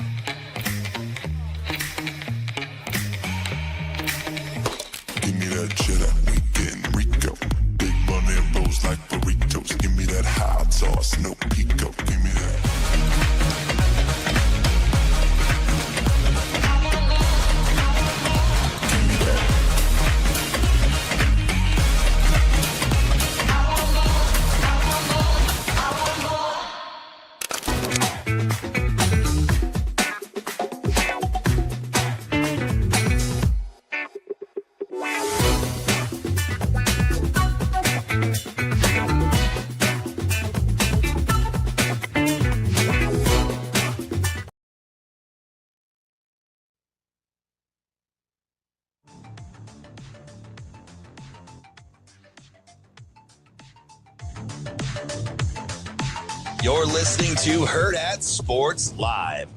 Now let's find out what Matt VRZAL is better at. Telling stories or making pizza. Matt. Matt's an exceptional young man. Matt VRZAL. Happy birthday, Matt. You know, Matt, he's a tremendous athlete. Matt VRZAL. Come on, Matt, I'm with you. Like Matt VRZAL, you're one of the sexiest people in the world, but you're not one of the most beautiful. How does that happen? Here is Matt VRZAL. All right, Matt, thank you very much. Welcome back, Hurrdat Sports Live, presented by Centris Federal Credit Union. That's DB. I'm Ravi Lulla here at Hurrdat Sports Bar and Grill. We're joined now by our friend Matt VRZAL, former Husker and owner of Piezons. What's up, Verz? What's up, fuckers? Machu Picchu, how are we doing? Oh, thank you. Welcome back. Welcome back. Beats what you said to me last Friday. How was your 2-week vacation? Must be nice. It's not exactly what it was, Matthew. Pretty damn close. Hey, also, thank you for the 50 pounds of hamburger. Yeah, I definitely. What'd you say, boss? Oh, I think I said, guess who doesn't? You didn't show up. Guess who gets your 50 pounds? Well, I wasn't able to be there to meet him. I just knew it was going there. Falls under not my problem. Jeez. That's gone. Would you like to tell young Ravi here how you greeted me last Friday when you were wondering where I was? I don't remember. Did you find that? You know why? Did you find that? You gave me attitude. You cussed at me for no reason, and Because you were all uptight and tense when you called me. I think you even called me stupid. Like, are you stupid? I told you I was doing this at third.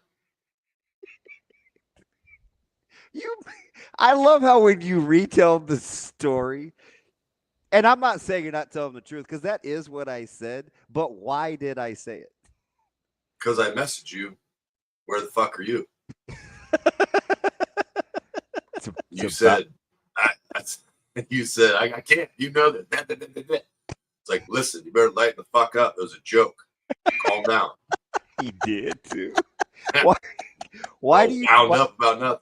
Why do you do my voice over text? That's what I want to know. What?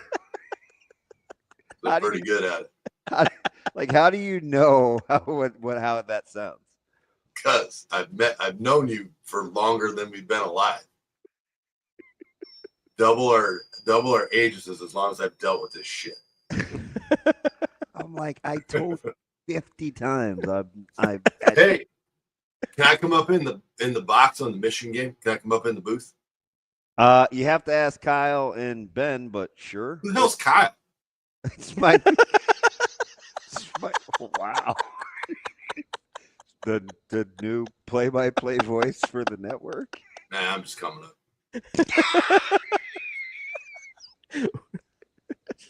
I don't know how you trick people into thinking you're remotely kind. I am kind of do stuff my way. Like the greatest trick ever. Hey, this is gonna be awesome too because you're gonna be all into it. And I'm just gonna walk in there and stand right behind you, like an inch from your face, and you're not gonna know because you're gonna be focused on the game. That's great. Is that what I do? Yeah, you do. You see how he did his hands? Little do you know, I don't broadcast like that, Maddie. No, I bet you do. I probably do. I don't know. Yeah, I bet you do. I'm 100% saying you do. You just got it blocked out. You're like, I don't do that. I'm far too cool to do that. I don't have any idea. Hey, I do have. So have you missed me at least? No. Oh, well, thanks. I made a sign for you. This is the longest I haven't actually seen you in a long time. Yeah, it is. You've been busy. I get it. And the last have a week off of work. And the last 2 times I was there, I'm surprised you didn't bring this up with your whole victimhood stance. That the last 2 times that I came to see you, you intentionally did not come into work. Yeah, you like that narrative a lot. You love to paint this double-edged sword, like, oh, you're always at work. But then when I take some time off, you're like, why aren't you here? I'm here. Again, partial of what I said, but it needs context. It does not need context. That's how it goes. Man, you're here all. I don't know why you think he's so. You're working all the time. You're always here. Da da da. Take a night off. Where are you at? I ordered pizza. And you're not here. Like, I know. I'm well aware of where I am at. It's not there right now. Not exactly. How does it go then? Hey. The first time, it was normally when you'd be there. Okay. So I said, hey, where are you? Your response was in code, I'm not there. Is that okay with you? That was the gist of your reply to me. It wasn't what it said, though. How you interpret the text is not my issue. Why cuss just to tell me that can you not be there for once? Okay. Being that this is one good thing about the lack of frequency and return text from Damon. These are very easy to find. So. Don't have to do a lot of scrolling? No, don't got to scroll very far. That's fine. Hey, oh, man. Okay. Hey, but I am coming up to the booth for the reunion game, so just get ready for that. When is it? And I don't know anything about it. Michigan is the game. Okay. There's a banquet before. Oh, look at us go back and forth. We actually had some good conversation. No, not really. Kind of one-sided. And then so there's a banquet before. The day of? The day before on Friday, which you won't be at because you'll be coaching. Yeah. Over in IMG North. Who you guys got that day, you know? No, I don't. Believe it or not, I haven't memorized the schedule. That is a little surprising, actually. I just know the opener. Yeah, You so can't go through Cox as an edge in the neighborhood that we're going to. I forgive you. You can't be perfect on purpose if it's out of your control. What day is Michigan? The 13th or the 20th? 13th I is don't know. Christian. So you got Bellevue West the day before. Yeah, I should probably know that. Yeah, it's too early. We are going to have football at the end of the month, though. That's awesome. Where's the banquet? I think it's at the stadium this year. Oh, that's nice. You know who loves these reunions? Phil Ellis. I was like, Phil, I can't find this invite. Can you forward me the link? He's Hey, like, yeah. so odds on Phil acting like he does every time I see him at your place at the reunion? High? Well, I think okay. So you've only got him in bad situations, like at a birthday party when he was getting after it. So that's not very nice. I'm not insinuating anything. I'm just he's got to speak. I guess last year they had the captain speak. I was in Texas making a sale, so I didn't get to go. But they had the captain speak, so we're prepping Phil's speech for that. So it'll be under control. Oh, nice. Yeah, and then evidently they're letting everybody stay on the sideline for the game. So I don't know if I'm supposed to be talking about this, but I don't care. Yeah, guess what happened during the last reunion where I was working. You know how much you know how much gear I got? You did? Zero. You didn't get any swag? Zero. You got an inside track, though. I think you can make that happen. I don't even know if they still. When you do, though, get me one because I was out of town, so get me a pullover too. Hey, you get special treatment, but can you hook me up too? Last year I think it was like quarter zips. They had pretty sweet quarter zips. They've given us quarter zip every year. They're pretty nice. I wanted one. I ran into a Dr. Rob on the side. It was called the Colorado game, I think. Oh, Rob. And he was wearing, I saw it was a pretty sweet little quarter zip. Hey, speaking of Dr. Rob, were you pretty happy about the effusive praise old Coach Rhule was giving the offensive line as kind of a strength? They should be good. I mean, they're old. Deep sons of guns, aren't they?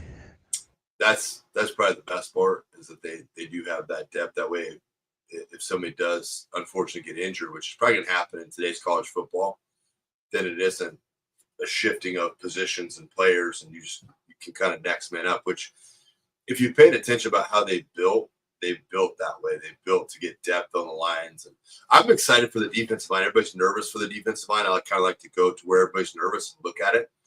I think it's going to be vastly different. I think it's going to be speed based. It's not going to be. You two are about the only you guys are in lockstep with that. What Natch and Ty could do, but it's going to be aggressive. And I think you also with that you take advantage of your linebackers who are athletic blitzers. Like Shavers, the day I was there on a couple blitzes, isn't he something? I like him a lot, and I like McGahee, and I like the kid, the walk-on kid from California. He made some plays. He's one of Caleb's favorites. Is that Ochoa? Are you talking about Ochoa or Weber? The one that they did the number 54. Oh, Weber. Oh, okay. Yeah. The one that they did the Rhule said, "I'm paying for your school," and he punched him in the face. Yeah, listen. So I was like, maybe we should go for a pat on the shoulder. Maybe we don't slap the kid in the face. So when there was like talk of numbers being thin and what was going to happen like the preceding year, Weber was one of those guys that was like, yeah, we'll see. Yeah, I ain't going anywhere. You might be leaving. I ain't leaving. Here's the text thread from last Friday. Oh, great. Me, where the fuck are you? For the 59th time, I told you my team camp. Why so grouchy? You should be happy. You use the F word as though I didn't tell you. More. Oh, shoot. You're getting cut off. Put your and use profanity as a sign of intelligence. And you said, I'm going to research that. That's documented. Wait, people that cuss are smarter than everybody else. Ravi missed part of that because you got cut off. Start that again. Oh. Go ahead. Well, it says, I said, where the fuck are you? For the 59th time, I told you I'm at team camp. I said, why so grouchy? You should be happy. You said you used the F word as though I didn't tell you. So that was more just for fun. I like the F word. because you're crazy. But I'm just me, DB. You can try to put your labels on it and use some profanity as a sign of intelligence. I said, I'm going to study up on that. I said, get back to camp where I come over there and teach you guys how to block. Yep. I was going to say that sounds about right, but you're reading the text, so that is exactly right. That's verbatim. I don't know why everybody thinks because you cuss that means you're smarter, though. That's documented proof. I read it on the internet, so it's got to be true. I was at school, so I didn't have a chance to. I am today at some point going to research that because that's always your go-to. They have done studies. They've done studies that even when it's unnecessary. I think, especially when it's unnecessary. No, because you're like that too. Why is it not necessary? It's in the dictionary. It's a fucking word. Where the F am I? Just say, hey, yeah. I was just on your show. Where were you? That's just for shock value. That's fine. If I send that, I was just on your show. Where are you? You're not going to respond. Love the voice. You're not going to respond. But if I say, where the fuck are you? Instant response. Why does that get a voice? That's how you No, say that's not how I said it. That's how you wanted me to say it. So then you could just look at it like this and like, why well, I didn't respond to that? But if I say, where the fuck are you? Instant response. Why are you like this? That's my voice, huh? Yeah. Boy, I tell you, you're a treat. Hey, you call me, I don't call you. I quit.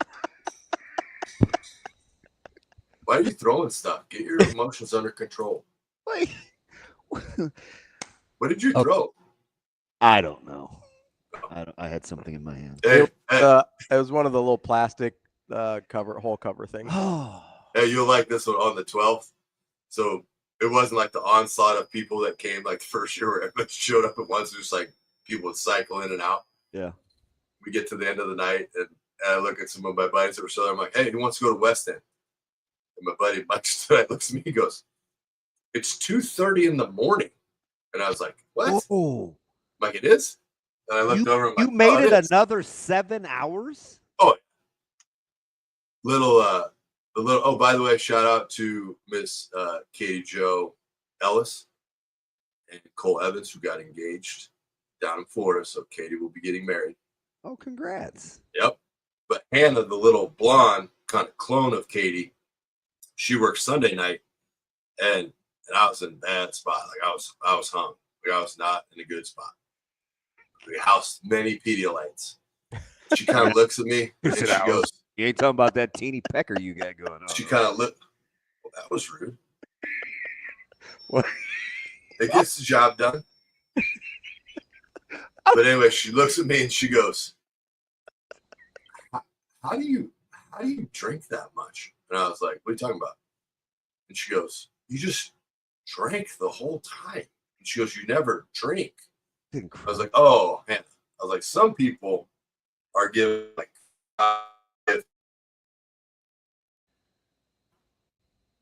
stage or whatever. I was like, my gift is drinking. Like I can just drink. She goes, but you weren't like mean. You weren't falling over. You didn't pass out. I was like, yeah. I was like, if there was an all-star team, I was like, I would be the MVP. I was like, I'm good at this. Hey, do people realize that for you, that's only 2, maybe 3 times a year? It's going to be your birthday, Chicago, and maybe off celebration of something. Yeah, but it like doesn't. A one-off. It doesn't. Like it's incredible how you almost never drink, and you practically quit cold turkey. Yeah. Well, I got that from True quit drinking and chewing at the same time. And I was like, man, you are a psychopath. I'm never doing that. But the drinking that just like I didn't like. Well, it wasn't. Joints, didn't joints really hurt in the morning? Like when I didn't your really throat? Didn't your throat swell? Well, that was just from beer. There's a lot of other options. You just move over to a different style. Like we just moved to vodka. Yeah, it wasn't because the beer almost killed me. No. I'll just do something else. There was something in the beer that made my throat swell shut. So we just got off of that. No more beer. We're out on went over to a different flavor. Yeah. I still to this day for my 21st birthday, I can't drink tequila. It makes like if I have to pour a margarita, I have to pour it away from myself. Oh wow. If I smell it, I'm still physically gagged from my 21st birthday 30 years ago. Hey, so that's how I can get you to leave me alone when I come to your place is just wave the glass around. That's why I let you walk behind the bar and pour your own. You're like, I need that. I'm like, yeah, go ahead. It's right over there. Do you know I didn't know that? Yeah. Hate that. I can't stand it. So any of it? None of it. The smell just. Oof. That's how I am. That's how I am with gin. And Bacardi 151. Like little Zoe needs to let's get that attitude in check because it was out in full force at the birthday. Listen, she's a terror. Was not appreciative. I'm just telling you. I think I could have got a happy birthday verse after as nice as I am to her. So I think with her and you, I think she wants more of the one-on-one time. And you were spread kind of thin, and she was like, this is the guy that writes me notes. He makes me pizza. I talk to him like, why is he busy? Yeah. You were just seeing her little attitude. That's all. It's like, hey, man, I'm over here. And this other stuff is not factoring into Zoe time. So let's get this straight. That's my Uncle Maddie. Hey, how'd softball go? She ended up hitting like 500. Actually, yeah. I don't know if she made another out. I don't know. I'm telling you, she was like the collar for 29. She was like 0 for her first 30, maybe. That's a tough stretch. I mean, she didn't get a hit for like 6 games. And I'm talking swinging and missing. Like we're not even sniffing that thing. And then she just got on a run. What happened?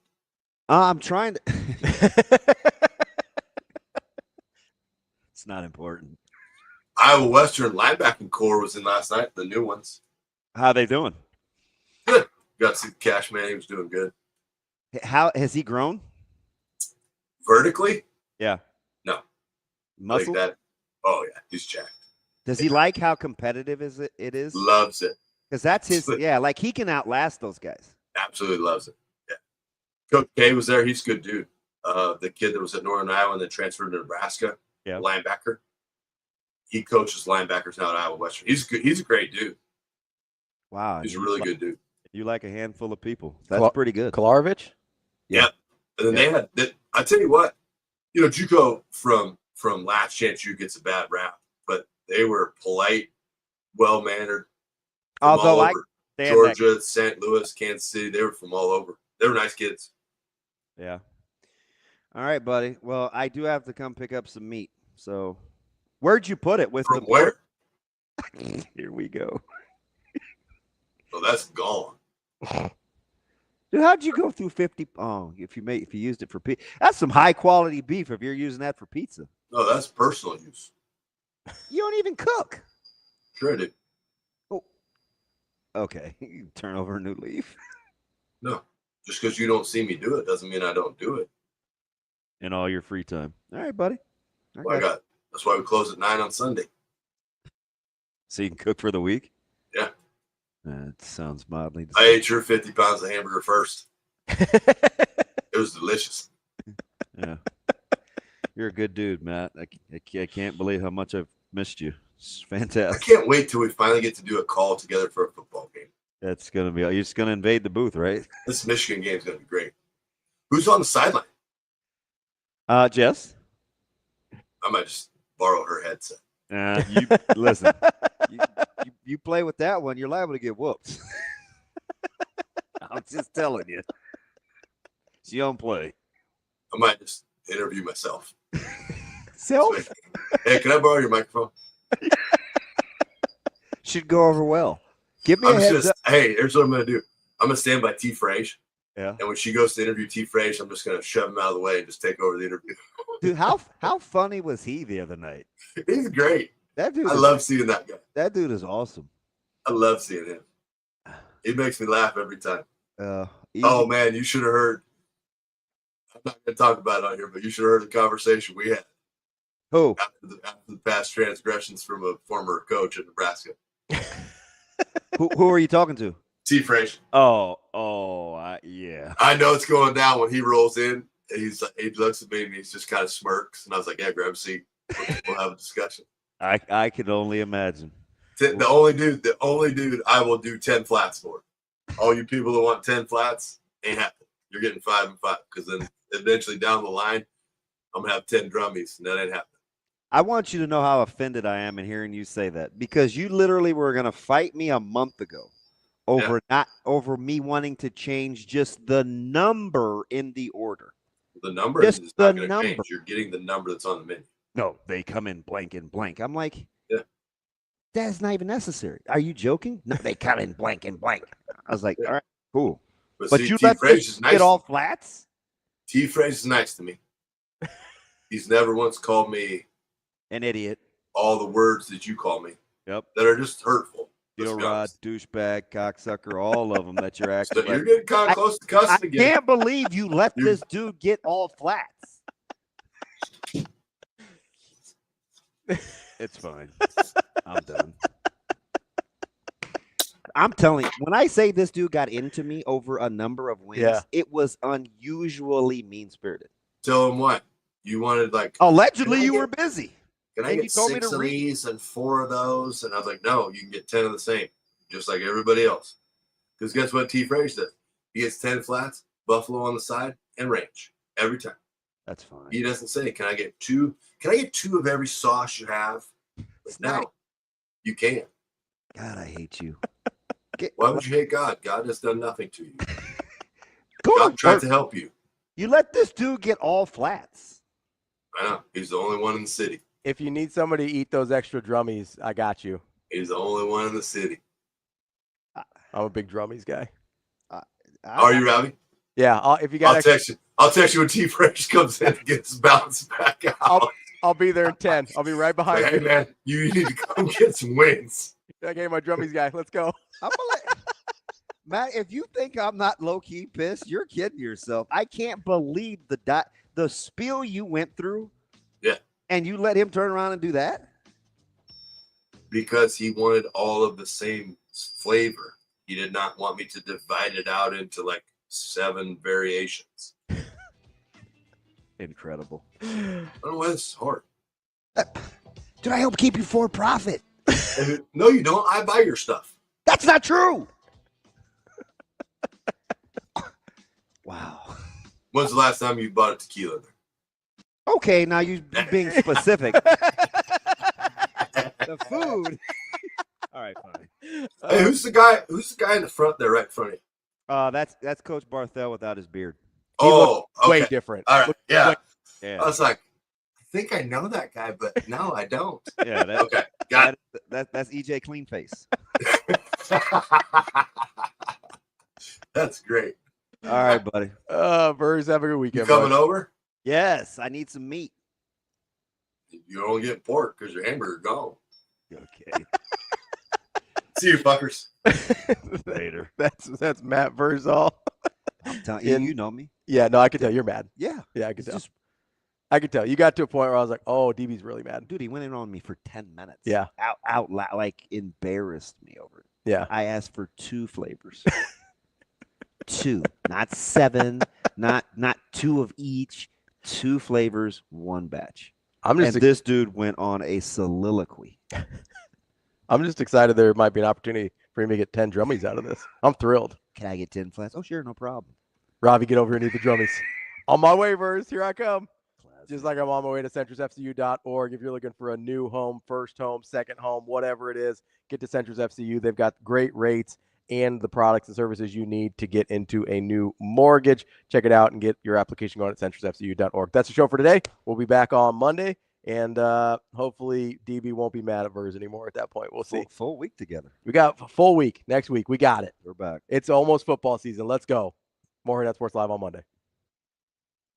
See you. Have a good day. Love you.